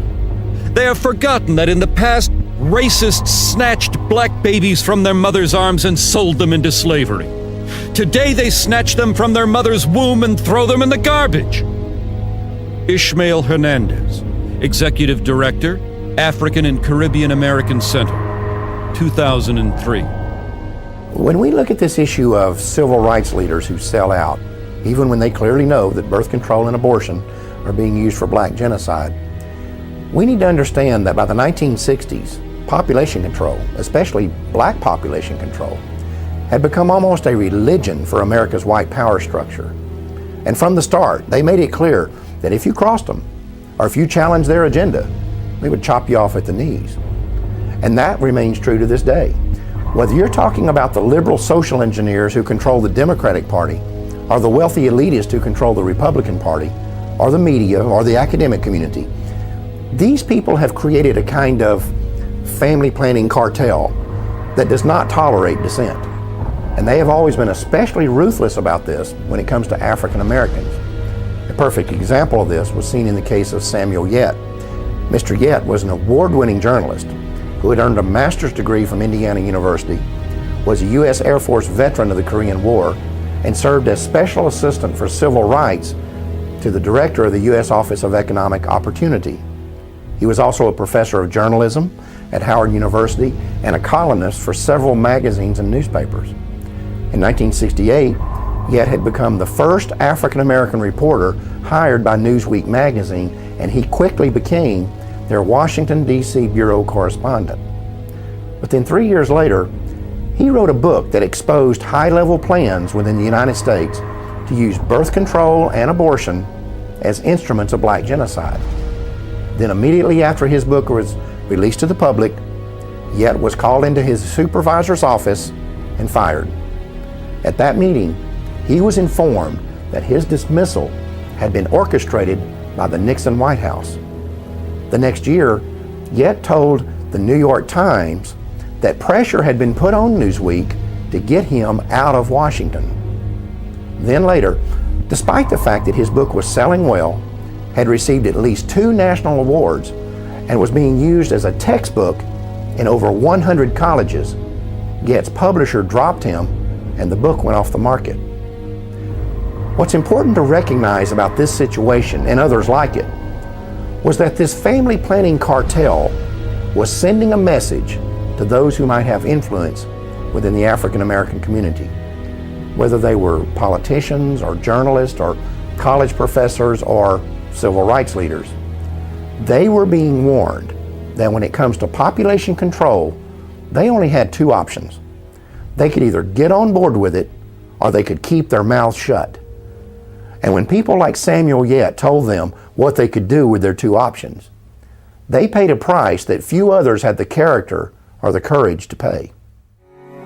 The copyright to Samuel Yet's book was eventually given back to him.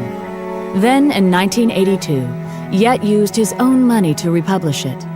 The foreword of that edition was written by a well-known civil rights activist and co-founder of both the Harlem Writers Guild and the National Cultural Committee of the NAACP. His name was John Oliver Killens, and, in that foreword, he gave his analysis of the relationship between family planning and the black community.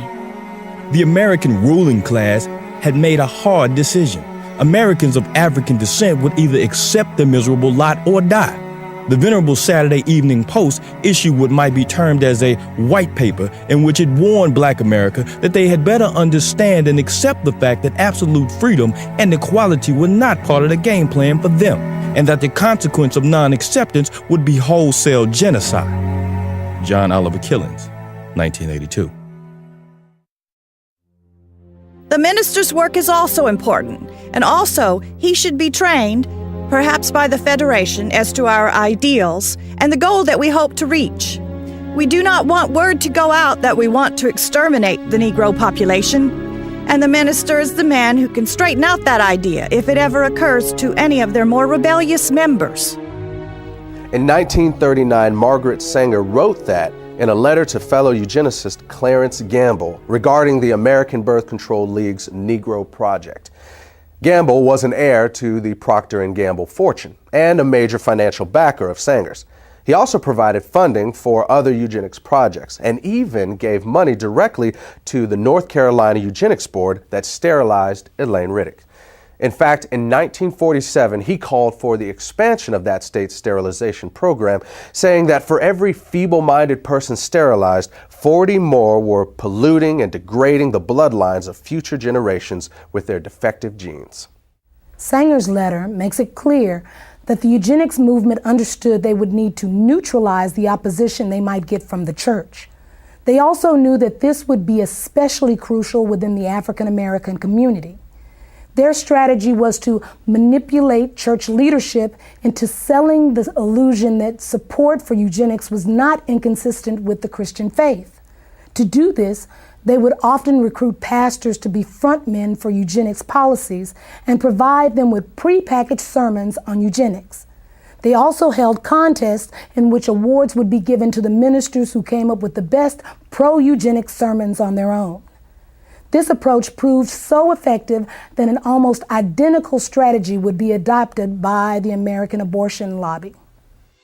In January of 1973, the Supreme Court legalized abortion on demand throughout the United States, and almost immediately, the Religious Coalition for Abortion Rights was formed.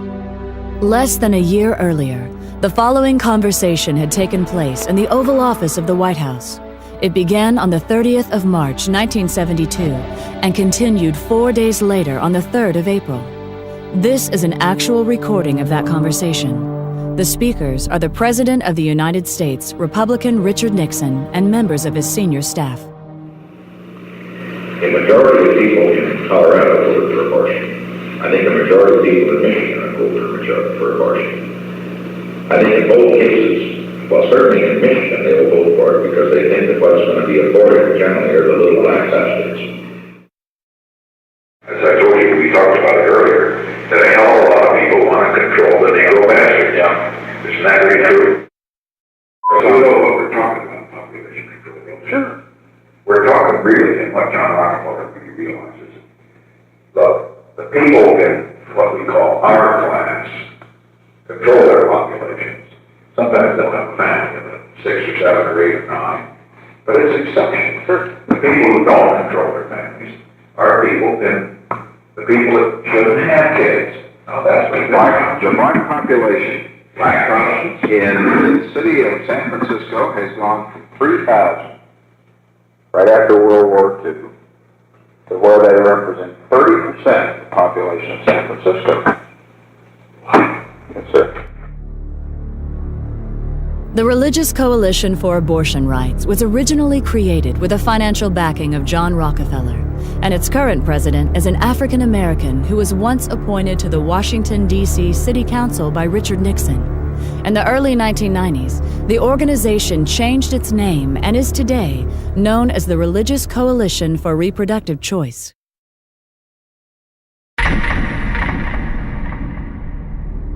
In 1969, a meeting of the United Nations Educational, Scientific, and Cultural Organization, also known as UNESCO, proposed that an American Population Commission be created with a, quote, large budget for propaganda, unquote. 4 months later, Republican President Richard Nixon signed legislation establishing the Commission on Population Growth and the American Future. The bill authorizing this new initiative had been passed with overwhelming support from congressional Democrats and was chaired by John Rockefeller. The executive director of the project was to be Dr. Charles F. Westhoff, who was also a member of both the American Eugenics Society and Planned Parenthood's National Advisory Council. Another member of this new commission was Dr. Joseph Beasley. In the 1960s, Beasley oversaw an aggressive eugenics program that concentrated on black neighborhoods in New Orleans with the stated intention of lowering welfare costs. This project would eventually be described by Planned Parenthood President Alan Guttmacher as the #1 success story in the history of American birth control movement. It also led to Beasley being elected chairman of the board of Planned Parenthood in 1970. Then in 1975, Beasley was sent to federal prison for conspiring to defraud the U.S. government of $778,000 that had been allocated for the project. In court, a local black civil rights activist named Sherman Copeland testified that he took payoffs from Beasley for helping him to convince residents of the targeted neighborhoods that birth control was not black genocide. In 1969, William H. Draper was appointed to represent the United States on the United Nations Population Commission. Draper had once proposed that government-sponsored population control efforts among the poor be accelerated in order to deal with racial unrest and to cure what he called the ghetto problem. Draper was on the governing body of Planned Parenthood and had personally raised more than $4 million for the organization. That same year, a New York Times article about Planned Parenthood said the organization's board of directors was dominated by people who were both white and wealthy. The article went on to quote one of those board members as saying, "What it all comes down to is that we want the poor to stop breeding while we retain our freedom to have large families. It's strictly a class point of view." There's ample evidence that government programs designed for poor black folks emphasize birth control and abortion availability, both measures obviously designed to limit black population. Comedian Dick Gregory, Ebony Magazine, 1971. It takes little imagination to see that the unborn black baby is the real object of many abortionists. Irma Clardy Craven, Chairman, Minneapolis Commission on Human Rights and Secretary of the Urban League. It was not until the mid-60s that blacks began to realize that what was called urban renewal was in fact what one black city planner labeled Negro removal. Roy Ennis, National Director, the Congress of Racial Equality, Ebony Magazine, 1974. To a large and growing number of 1960s civil rights activists, it became obvious that family planning was just a code word for abortion and birth control, and that it was being pushed by the government as a way to avoid putting money into the black community. This conclusion was reinforced by statements like those of Democratic President Lyndon B. Johnson, who in June of 1965 stated that every $5 the government spent on population control was worth more than $100 invested in economic growth. Then, at the urging of Republican Congressman George Bush, Johnson became the first U.S. president to endorse federal funding for birth control. In 1966, he would also accept Planned Parenthood's highest award for his policies, pushing family planning on foreign countries. It was at about this same time that political leaders from both parties began to increase their demands that aid to the poor, whether abroad or within the United States, be tied to birth control. In 1965, former Republican President Dwight Eisenhower complained that the United States was spending money to slow the population growth of responsible families, while at the same time providing financial incentives for ignorant, feeble-minded, and lazy people to have more babies. He said that history would rightly condemn the United States if we didn't link welfare to family planning. At that time, Eisenhower was the co-chairman of a Planned Parenthood fundraising campaign along with former Democratic President Harry S. Truman.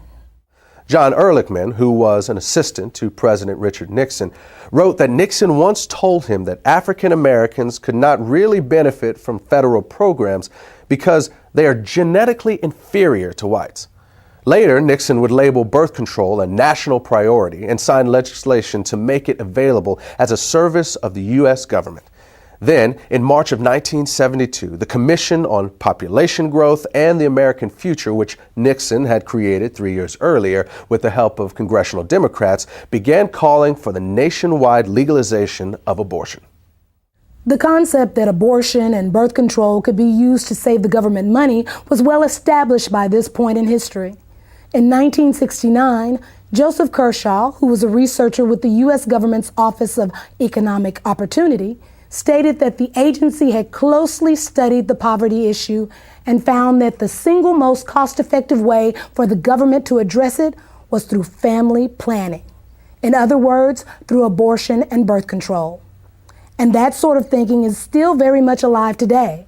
On January 25th, 2009, the Speaker of the United States House of Representatives, Nancy Pelosi, said on an ABC News program that the government's economic stimulus package should include a large increase in spending for population control.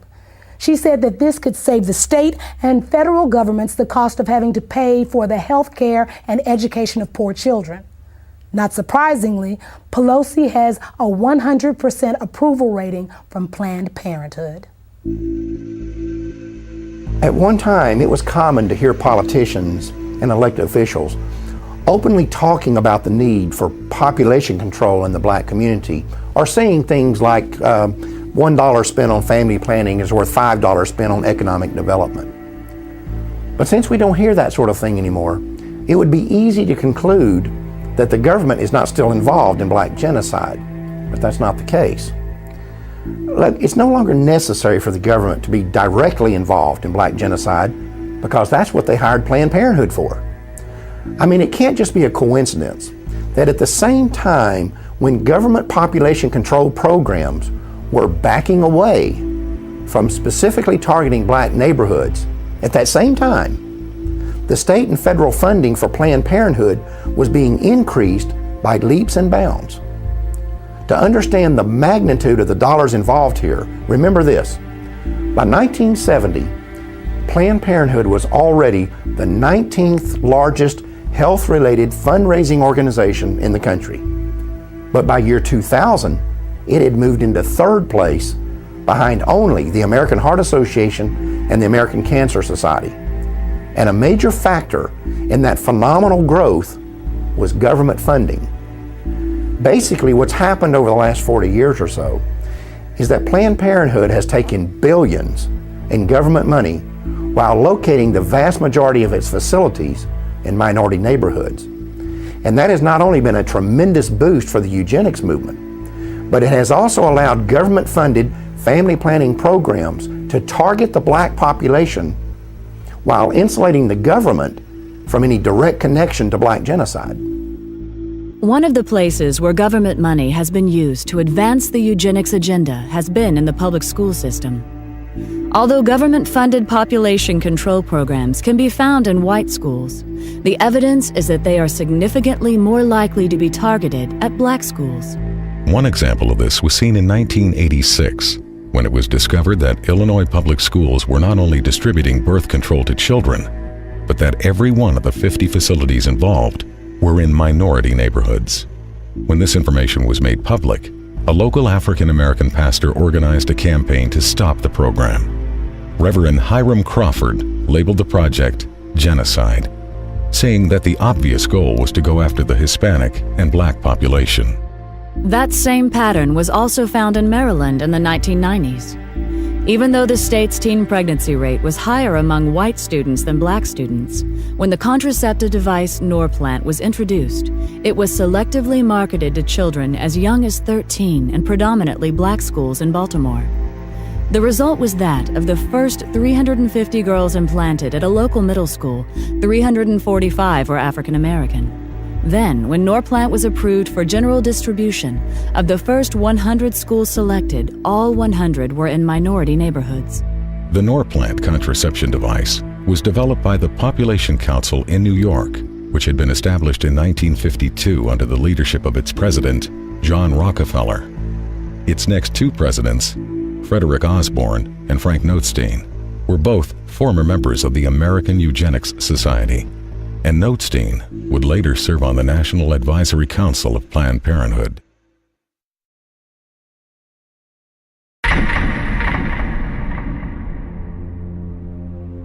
If you're going to curb population, it's extremely important not to have it done by the damn Yankees, but by the UN. Because the thing is, then it's not considered genocide. If the United States goes to the black man or the yellow man and says, "Slow down your reproductive rate," we're immediately suspected of having ulterior motives to keep the white man dominant in the world. If you can send in a colorful UN force, you've got much better leverage. Alan Guttmacher, president of Planned Parenthood and former vice president of the American Eugenics Society, 1970. 4 years after Guttmacher made that statement, America's National Security Council issued a report that was intended to define the United States government's official policy on controlling world population. It was called the National Security Study Memorandum 200, or NSSM 200, and it was formulated in cooperation with the United States Agency for International Development, the U.S. State Department, the Department of Defense, and the Central Intelligence Agency. One of its goals was to establish a strategy for reducing the populations of third world countries so that the United States could have increased access to their natural resources, particularly minerals and metals. Among the conclusions of NSSM 200 was that no country has reduced its population growth without resorting to abortion. The authors of the report then identified 3 non-governmental agencies that would be funded to carry out the government's population control agenda in the targeted countries. One of those agencies was Planned Parenthood.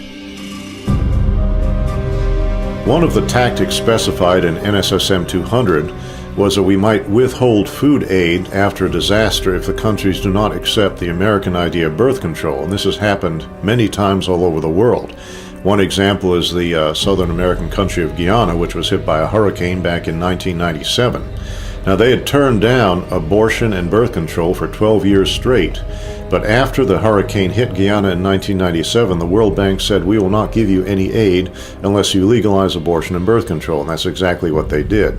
I've seen this several times in Africa, where droughts have hit, and the United Nations and USAID will not assist unless they accept birth control. I've been all through Africa myself, and I've seen medical clinics that are full of birth control devices, but no safe motherhood delivery kits. There's no anesthesia, there's not even any bandages there. There's crates and crates of birth control pills and condoms. Now, while our commitment to birth control is going up every year, our commitment to authentic economic development is dropping.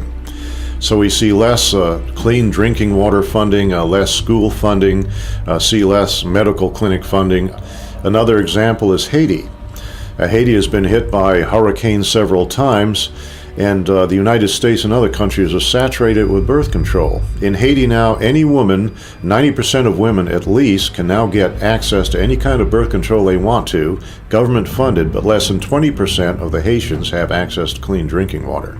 Now try to imagine there being a natural catastrophe in a country like Canada or Australia or France or England.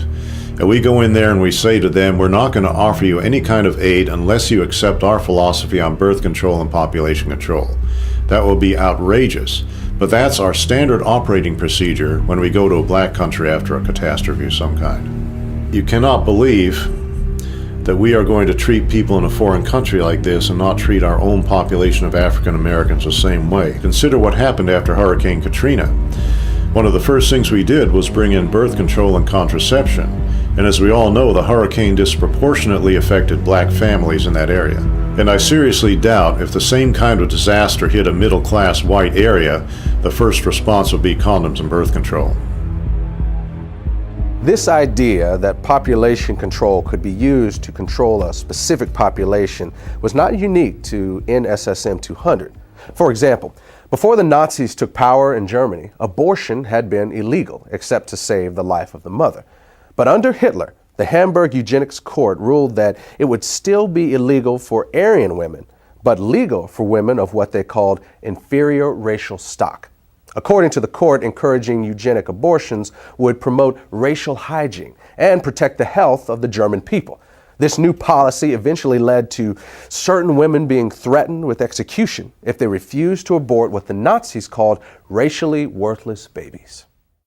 At about the same time this was going on in Germany, the government of Bermuda was blanketing the island with population control facilities and openly stating that their intent was to limit the numbers of blacks. Then in 1958, blacks in the Caribbean rebelled against a Planned Parenthood-led birth control campaign that was exclusively targeted at non-white residents, while at the same time, prosperous white residents were being encouraged to multiply. Following a similar pattern, a 1965 article in the Pittsburgh Courier newspaper reported that under apartheid, the white South African government was relying on targeted birth control as its primary weapon to reduce the number of blacks in the country. Unfortunately, we now know that the U.S. government was not immune to this sort of thing either. When 3 pro-choice researchers investigated the original motive behind the creation of the abortion pill, RU-486, what they discovered was that the scientific basis for it was actually developed in the United States during the 1960s by the National Institutes of Health at the U.S. Department of Health and Human Services. In their 1991 book, these researchers claimed to have found data showing that this agency was looking for an inexpensive and effective drug to control the populations of foreign countries that the government had classified as underdeveloped. The abortion pill was to be tested in these environments and, if successful, the plan called for it to then be introduced into Black, Hispanic, and Native American communities in the United States. In 1977, only 3 years after NSSM 200 was issued, the director of the United States Office of Population, Dr. Reimert T. Ravenholt, publicly stated that it was the U.S. government's intention to sterilize 1/4 of the world's female population. According to Ravenholt, one of the driving forces behind this campaign was the need to protect American financial and commercial interests. Ravenholt said that some foreign governments were refusing to give the United States permission to come into their country and control their population.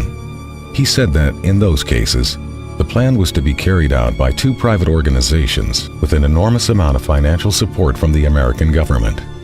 When asked by a St. Louis newspaper to name the 2 organizations, he said that they were the United Nations Fund for Population Activities and Planned Parenthood. Among government officials who supported the Ravenholt philosophy of using American intervention to control the populations of foreign countries, perhaps the most powerful were Republican President Gerald Ford, Vice President Nelson Rockefeller, and Secretary of State Henry Kissinger. In the mid-1970s, while serving as foreign policy advisor to the Ford-Rockefeller administration, Kissinger personally helped Planned Parenthood set up an abortion counseling program for Vietnam refugees who were being housed at Camp Pendleton Marine Corps Base in California. This was done despite the fact that the vast majority of these refugees were known to be strongly opposed to abortion, and not one of them had ever requested abortion counseling. At the same time, Kissinger also refused to hold an abortion training program that was being conducted by the Agency for International Development, which operates under the direction of the State Department. Kissinger allowed this project to continue despite numerous complaints that it was in clear violation of U.S. law that specifically prohibited American foreign aid funds from being used for this purpose. The commitment that Ford, Rockefeller, and Kissinger had for this illegal project may have been a reaction to something Reimert Ravenholt had said a few years earlier. In 1973, he was speaking at a Planned Parenthood national conference where he told attendees that abortion may actually be the most demographically powerful way of controlling population. Ravenholt would eventually be honored by Planned Parenthood for what it called innovation and vision in the population field. Years ago, a series of USA Today articles documented that there are large multinational corporations on the New York Stock Exchange today that actually got their start in the slave trade. But when slavery ended and Africans could no longer be financially exploited, many of those same corporations began pouring millions into the eugenics movement. The people they had found so valuable as property, they had little use for as fellow citizens. And again, some of those corporations and foundations and institutions are still around today, and every year they still pour millions into eugenics organizations like Planned Parenthood. In fact, if you look at Planned Parenthood's donor list, it reads like a who's who of corporate America. You also have individual elitists doing the exact same thing. People like Bill and Melinda Gates, Warren Buffett, Ted Turner, and many others have used their own personal fortunes to make sure that the eugenics movement never runs short of money. Of course, if you confront these people or these corporations about their support for organizations like Planned Parenthood, they'll tell you it has nothing to do with eugenics. And if someone is naive enough to believe that, that's fine. But to me, it's like someone saying, yeah, I give a few $1 million a year to the Klan, but I'm not really a racist. After the abortion pill RU-486 was approved for sale in the U.S., the controversy surrounding it kept the abortion lobby from being able to find an American company to produce it. That forced them to look for a foreign manufacturer. And after an 8-year search, a company owned by the Chinese government agreed to manufacture the drug for the U.S. market. The company's management made the decision after the Rockefeller Foundation agreed to provide financial backing for the project. There's also another connection between Rockefeller and RU-486. At the end of World War II, the German chemical manufacturer IG Farben was identified as the company that supplied the gas used in the Nazi concentration camps. The gas was called Zyklon B, and evidence later showed that Farben's executives knew how it was being used. In fact, evidence was uncovered to indicate that Farben engineers had actually designed the gas chambers. This led to some of them being tried at Nuremberg for crimes against humanity, including genocide and slavery. Interestingly, IG Farben was a financial partner with John D. Rockefeller and Standard Oil of New Jersey and a company called Standard IG Farben. In addition, within 3 months after Hitler came to power, the publicity director of Rockefeller Foundation and personal advisor to John D. Rockefeller, a man named Ivy Ledbetter Lee, was assigned the responsibility of directing public relations for IG Farben. After the war, IG Farben would change its name to become known as Hercht AG. Today, Hercht is a gigantic multinational corporation with subsidiaries all over the world, including the United States. Ironically, one of Hercht's subsidiaries, Rusal-Yuclof, is the French company that developed RU-486. In other words, the same company that produced the gas used in the Nazi death camps also produced the abortion pill that is now being used in American abortion clinics. And in both cases, there was a known connection to the Rockefeller Foundation. On the week he was inaugurated, Bill Clinton received this letter from attorney Ron Weddington. Weddington is the ex-husband of Sarah Weddington, the lawyer who successfully argued for the legalization of abortion in the Roe v. Wade case. 26 million food stamp recipients is more than the economy can stand. You can start immediately to eliminate the barely educated, unhealthy, and poor segment of our country. No, I'm not advocating some sort of mass extinction of these unfortunate people. Crime, drugs, and disease are already doing that. I am not proposing that you send federal agents armed with Depo-Provera dart guns to the ghetto. You should use persuasion rather than coercion. Our survival depends upon our developing a population where everyone contributes. We don't need more cannon fodder. We don't need more parishioners. We don't need more cheap labor. We don't need more poor babies. 2 days after being sworn in as president, Bill Clinton issued an executive order that allowed federally funded agencies to refer low-income women for abortions. He also directed that American dollars could be funneled to organizations that promote abortion in foreign countries. The Aid to Families with Dependent Children program is the worst boondoggle ever created. When a sullen black woman of 17 or 18 can decide to have a baby and get welfare and food stamps and become a burden to us all, it's time to stop. Dr. Edward Allred, abortionist, 1980. Edward Allred is the owner of one of the largest chains of abortion clinics in the United States. Not long before Allred made this statement, the Los Angeles Times had reported that his California facilities were handling referrals made by Planned Parenthood. Even as late as the 1960s, the wealthy elite who made up the eugenics movement never tried to hide the fact that their agenda was driven by financial considerations as much as it was driven by the desire to create racial purity. A good example of this was seen in 1967 when eugenicist and Nobel Prize winner Dr. William Shockley caused a national uproar when he stated that it was a waste of taxpayer money to create better schools and welfare programs for what he called ghetto Negroes. He claimed to have research showing that people of African descent are genetically inferior to whites in intelligence and simply not smart enough to take advantage of programs designed to help them.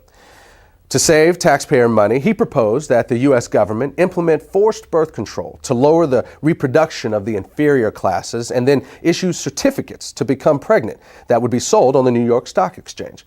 Shockley was a National Committee member of Planned Parenthood and a featured speaker at least one Planned Parenthood conference. When Florida abortion clinic owner Joyce Tarnow appeared on a local talk show, she gave the following reply when asked what America should do to help impoverished nations that are facing starvation or other natural disasters.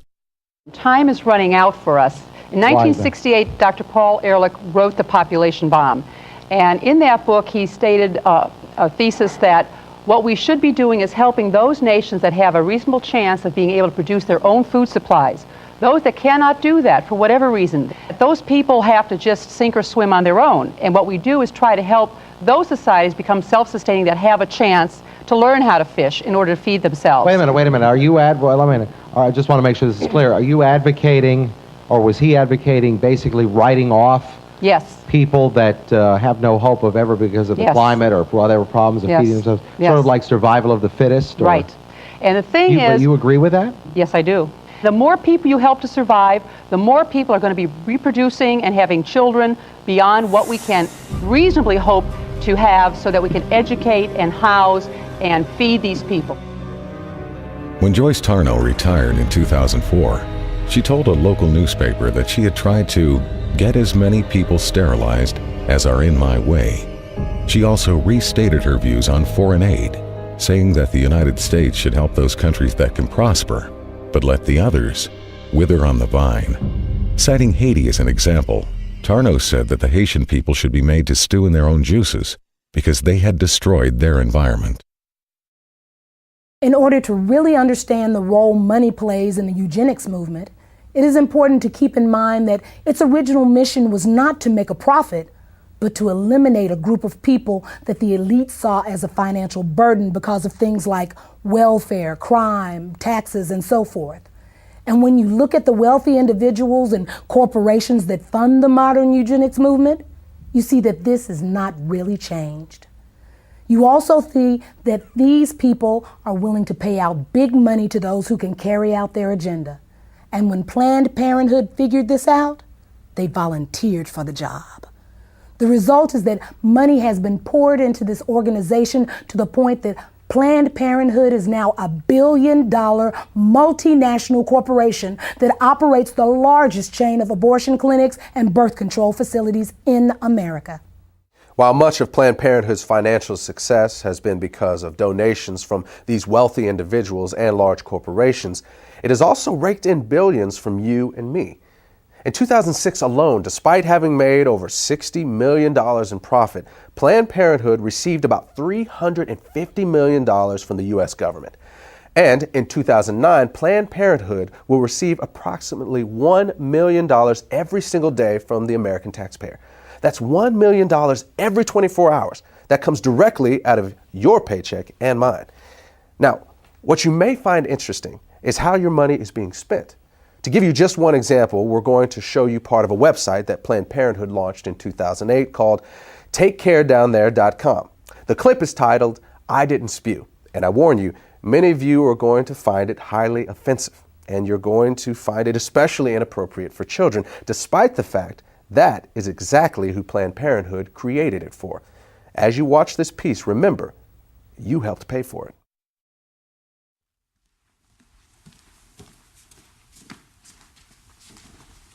Whoa, guy, where's the prophylactic? What do you mean? Look, oral sex is still sex, okay? If it's unprotected, you gotta reject it. What? What? But I didn't even spew. Guys, doesn't matter. Look, if you're having sex or you're getting some blowjays or whatever, you need to use a condom, because you could catch a sexually transmitted infection, even if you don't spew.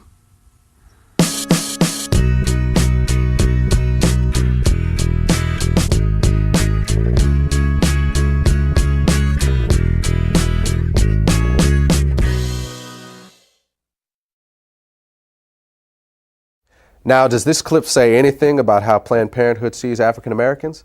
You'll have to judge that for yourself. But there's no doubt that if this same video had been made by a bunch of white supremacists or the Ku Klux Klan or some neo-Nazi group, we would all understand the symbolic message behind it. In 2007, Live Action Films of California conducted an undercover investigation of Planned Parenthood offices in several states. Under the direction of the organization's president, Lila Rose, the goal of the project was to determine whether Planned Parenthood officials would accept financial donations on the condition that the money would only be used to eliminate African Americans. The following clips are from the actual recordings of those conversations. When I underwrite abortion, does that apply to minorities too? If you specifically want it to underwrite an abortion for a minority person, you can target it that way. You can specify that that's how you want it spent. Okay, yeah, because there's definitely way too many black people in Ohio, so I'm just trying to do my part. Okay, whatever. Well, blacks especially need abortions too, so that's what I'm trying to do. Well, for whatever reason, we'll accept the money. So the abortion could be, I could give money specifically for a black baby. That'd be the purpose. Yeah, absolutely. If you wanted to designate that you wanted your gift to be used to help an African American woman in need, then we would certainly make sure that gift was earmarked specifically for that purpose. Great, because I really face trouble with affirmative action, and I don't want my kids being disadvantaged, against black kids. I just had a baby. I want to put it in his name, So that's definitely possible. Oh, always. So would it be possible for me to donate that money specifically for these minority groups so that they could have access to abortions? Yes, it would be. Wonderful. And could I specify that abortion be done, or those abortions be done for a particular minority group, or how does that work? If you wish, you can. Okay. So for example, the black community in Tulsa, because I have connections with that, would it be possible to give the money specifically for that? You sure can. Wonderful. Great. So can I give you my credit card number? Yes. Wonderful. Just one more thing. The abortions will be done specifically for the black community abortions. I will mark it in such a way that definitely it will. Oh, great. On a black baby. Yes. Thank you. Great. The exact amount we charge right now is $450 for an abortion. Okay, $450. And we can definitely designate it for an African American. Wonderful. Yeah. Okay, and if I wanted to make to fund, because this is a if I wanted to help fund multiple abortions, could you also specify that this could be done for a specific group? Well, I'm really excited, because I really face trouble with affirmative action. I don't want my kids to be disadvantaged, against blacks in college, and the less blacks out there, the better. So.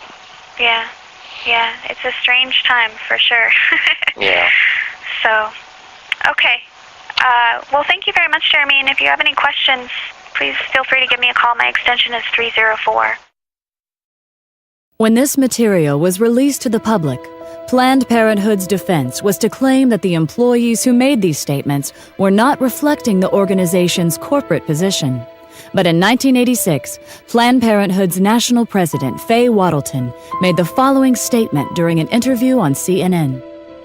As a matter of fact, Mr. Dornan, if I may finish, we have received contributions from people who want to support us because they want all welfare mothers and all black women to stop having children. What Ms. Wattleton was conceding in this CNN interview and what live action films found in their undercover investigation was acknowledged years before by a previous Planned Parenthood president. During a speech in Philadelphia in January 1966, Planned Parenthood President Alan Guttmacher stated that some of his colleagues appeared to have racial motives for their involvement with the organization. Not surprisingly, one of Guttmacher's acquaintances later warned him that in the future, he should not be making comments like that in public. The person who gave that warning obviously understood that Planned Parenthood's racial agendas and attitudes are best kept out of the public. And that has been a philosophy that Planned Parenthood has embraced for many years. This idea that man could reinvent the world through eugenics was an elitist philosophy espoused by those who considered themselves to be not only financially superior, but intellectually superior to everyone else. And Planned Parenthood became the golden child of these people because Planned Parenthood is the one who figured out how to make eugenics work. They figured out that the key to racial genocide is not in killing people, but in convincing the target group to commit mass suicide. This is what birth control, and especially abortion, are all about. And the reason Planned Parenthood has been so successful is because, unlike other eugenics organizations, they have always been able to keep their agenda hidden from the public. In fact, sometimes they are even able to hide it from their own people. I will assure you that there are Planned Parenthood employees and volunteers all over this country who have no idea what they're actually involved in. Then there are other people who will look you right in the face and tell you that racism was not the driving force behind the American eugenics movement. And I think you'd have to be a complete idiot to believe that. The truth is that if blacks had never been stolen out of Africa and brought here in chains, there would never have been a eugenics movement in the first place.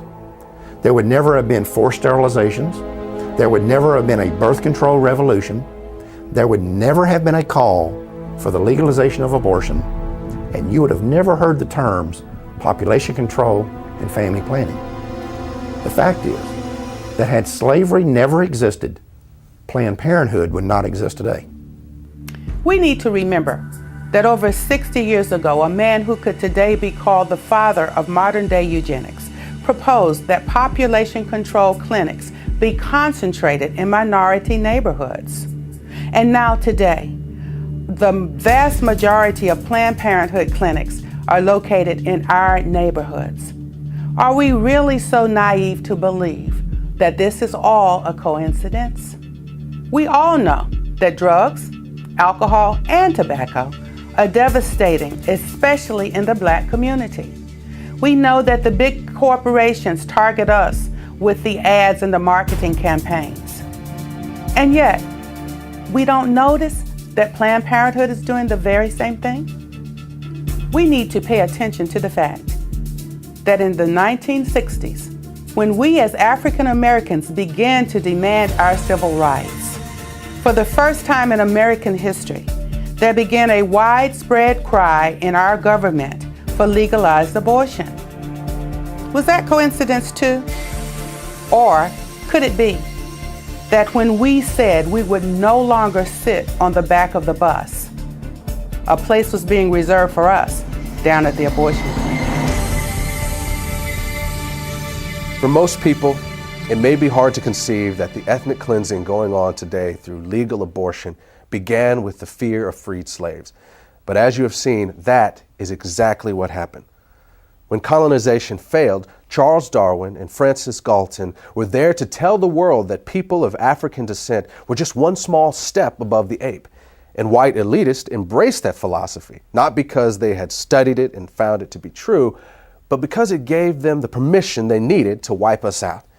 And that launched a chain of events that quickly took on a life of its own. Every time one eugenics strategy failed, another was invented to take its place.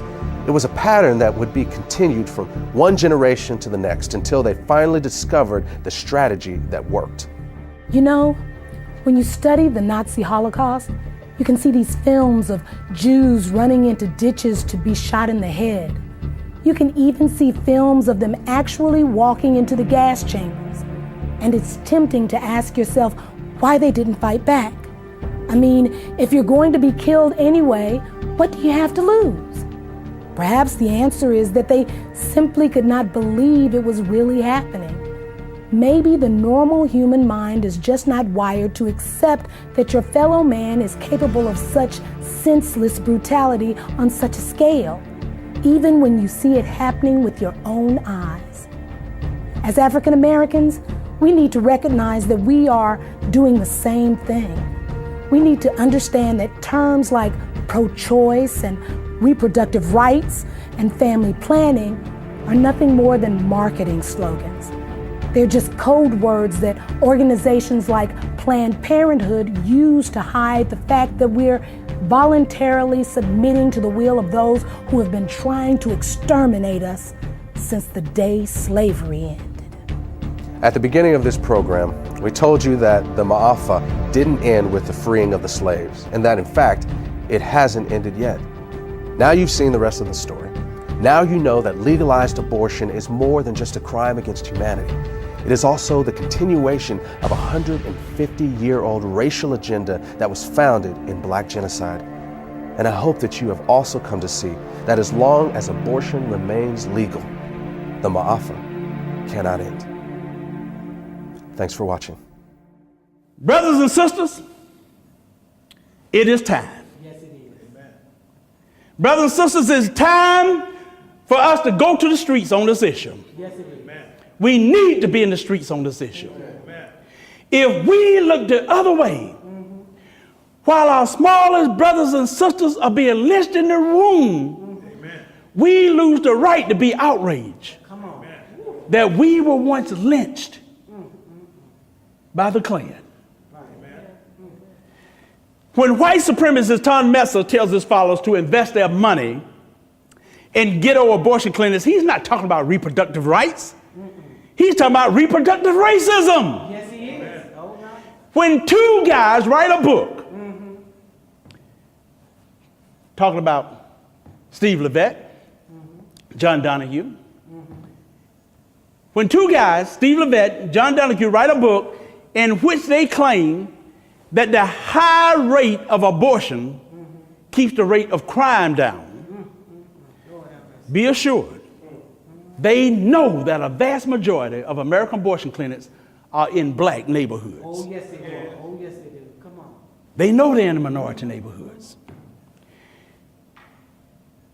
What we need to understand that when we let Planned Parenthood into our schools, when Planned Parenthood put their death camps, when we let them put their death camps in black communities, in our communities, and when we sit back and let an elected government official take money out of our paycheck to pay Planned Parenthood, we have been played like fools. Oh, yes, we have.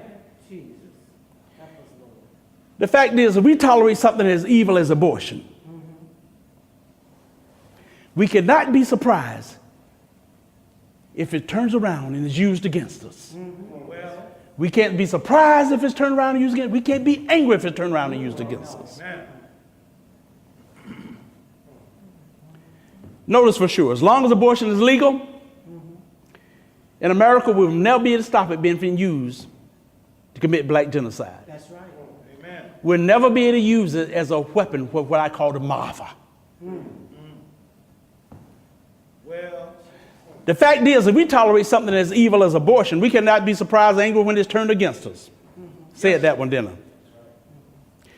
You know it's easy, it was easy to spot the enemy when he was a redneck, toothless redneck. Probably spent about 3 years trying to get past the 4th grade. But today, our enemy don't wear white hoods. No, they don't. Come on, man. Today, our enemies wear a white lab coat. Yes, yes, yes. With a stethoscope around his neck. Yes.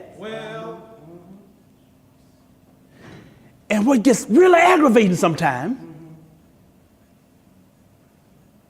like a pimp, sometimes he's black. Come on. Say it. And this is not about political parties either, because there's a reason I'm an independent. Both the Republican Party and Democratic Party have been in bed with Jezebel and the eugenics business for more years than you and I have been alive. Come on, that's right. I will also tell you this, every time we vote for politicians who tell us they are pro-choice, it's like we're spitting on the graves of our ancestors. Our ancestors did not break the chains of slavery. No, they did. They didn't escape the plantations and the cotton field just so we could actually then take power and give it to political people who are there to wipe us out. Jesus. That's right. Amen.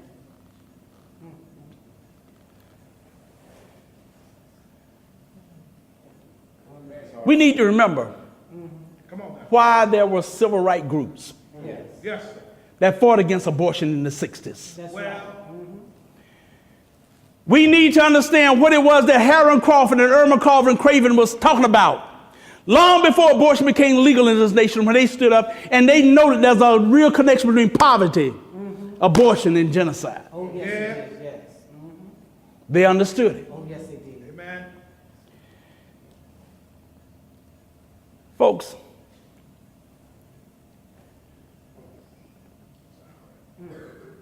you know, it's time we looked at what's been done to our children. Come on now, Pastor. I had the privilege of meeting Mamie Till in Chicago years ago. Yes. She complimented us on what we were doing. Yes. And my heart was really moved sitting next to her and having this lady look me in the eye and tell me that. Yes. Because you remember Emmett Till. And we have to remember what happened. Yes. When he was beaten and bludgeoned Yes. so bad Yes. Yes. Yes. that most of the time people say, whoa, there's got to be a closed casket.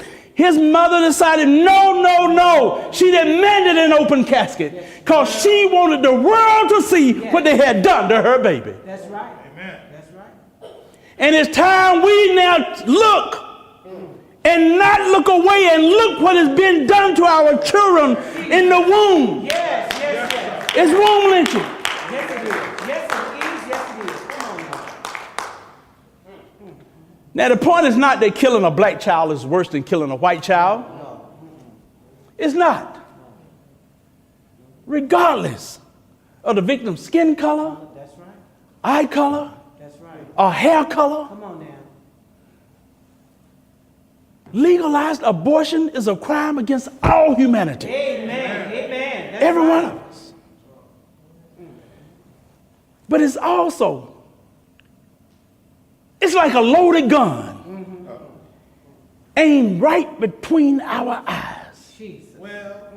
And every time we walk into a voting booth Oh, yeah. Come on. and we help elected politician who says he pro-choice, by pulling that lever, every time we pull that lever for a pro-choice, we pull the trigger on that loaded gun. Jesus. Woo. Come on now. You say so. And a child dies. Oh, Lord. Amen. Yes. It's all right. Come on now. That's true regardless of what party they're in. That's right. Amen. It's true regardless of what office they're running That's for. right. Amen. You and I know there's a lot of pro-choice politicians. They will concede. They'll say, oh, well, yes, we know that abortion is the taking of a human life. They'll admit that. And then they turn around right around and say, but it should be legal. Yes. And I have to wonder, why? No, in fact, I don't have to remember why. I just want to know how many. Come on, how many? Of these politicians who know that abortion is mass murder tolerate it because they think the right people are being murdered.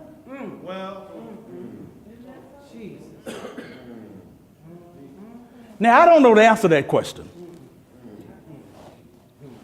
But I do know this. I know that if the Klan, with or without their hoods, were to open up a whole chain of abortion clinics, and they were to concentrate them in the black communities, we would be smart enough to know what's going down. Yes, yes, amen, amen. But I'm telling y'all something, brothers and sisters. We should be smart enough to know what's going down now when Planned Parenthood and these other abortion businesses do the same thing. Do this exact same thing. That's right. The time has come for us to wake up. Yes. The time has come for us to realize that we, our people, are no longer being illegally lynched one or two at a time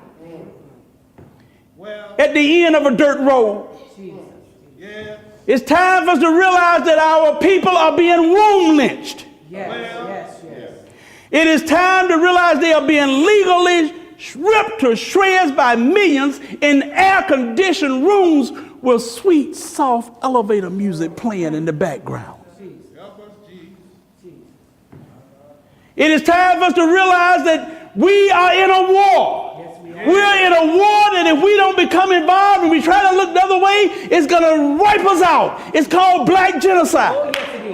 It's time that we realize we have found the weapon of mass destruction, and the weapon of mass destruction is the suction machine in Planned Parenthood. That's right. Amen. That's right. That's true. Knowing what we know now, Yes. we can no longer look the other way. To end this Maafa in the 21st century, we as a people will have to do something. To do nothing is not an option.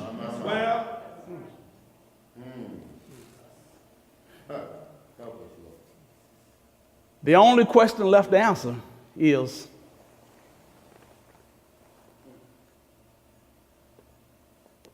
what are we going to do about it?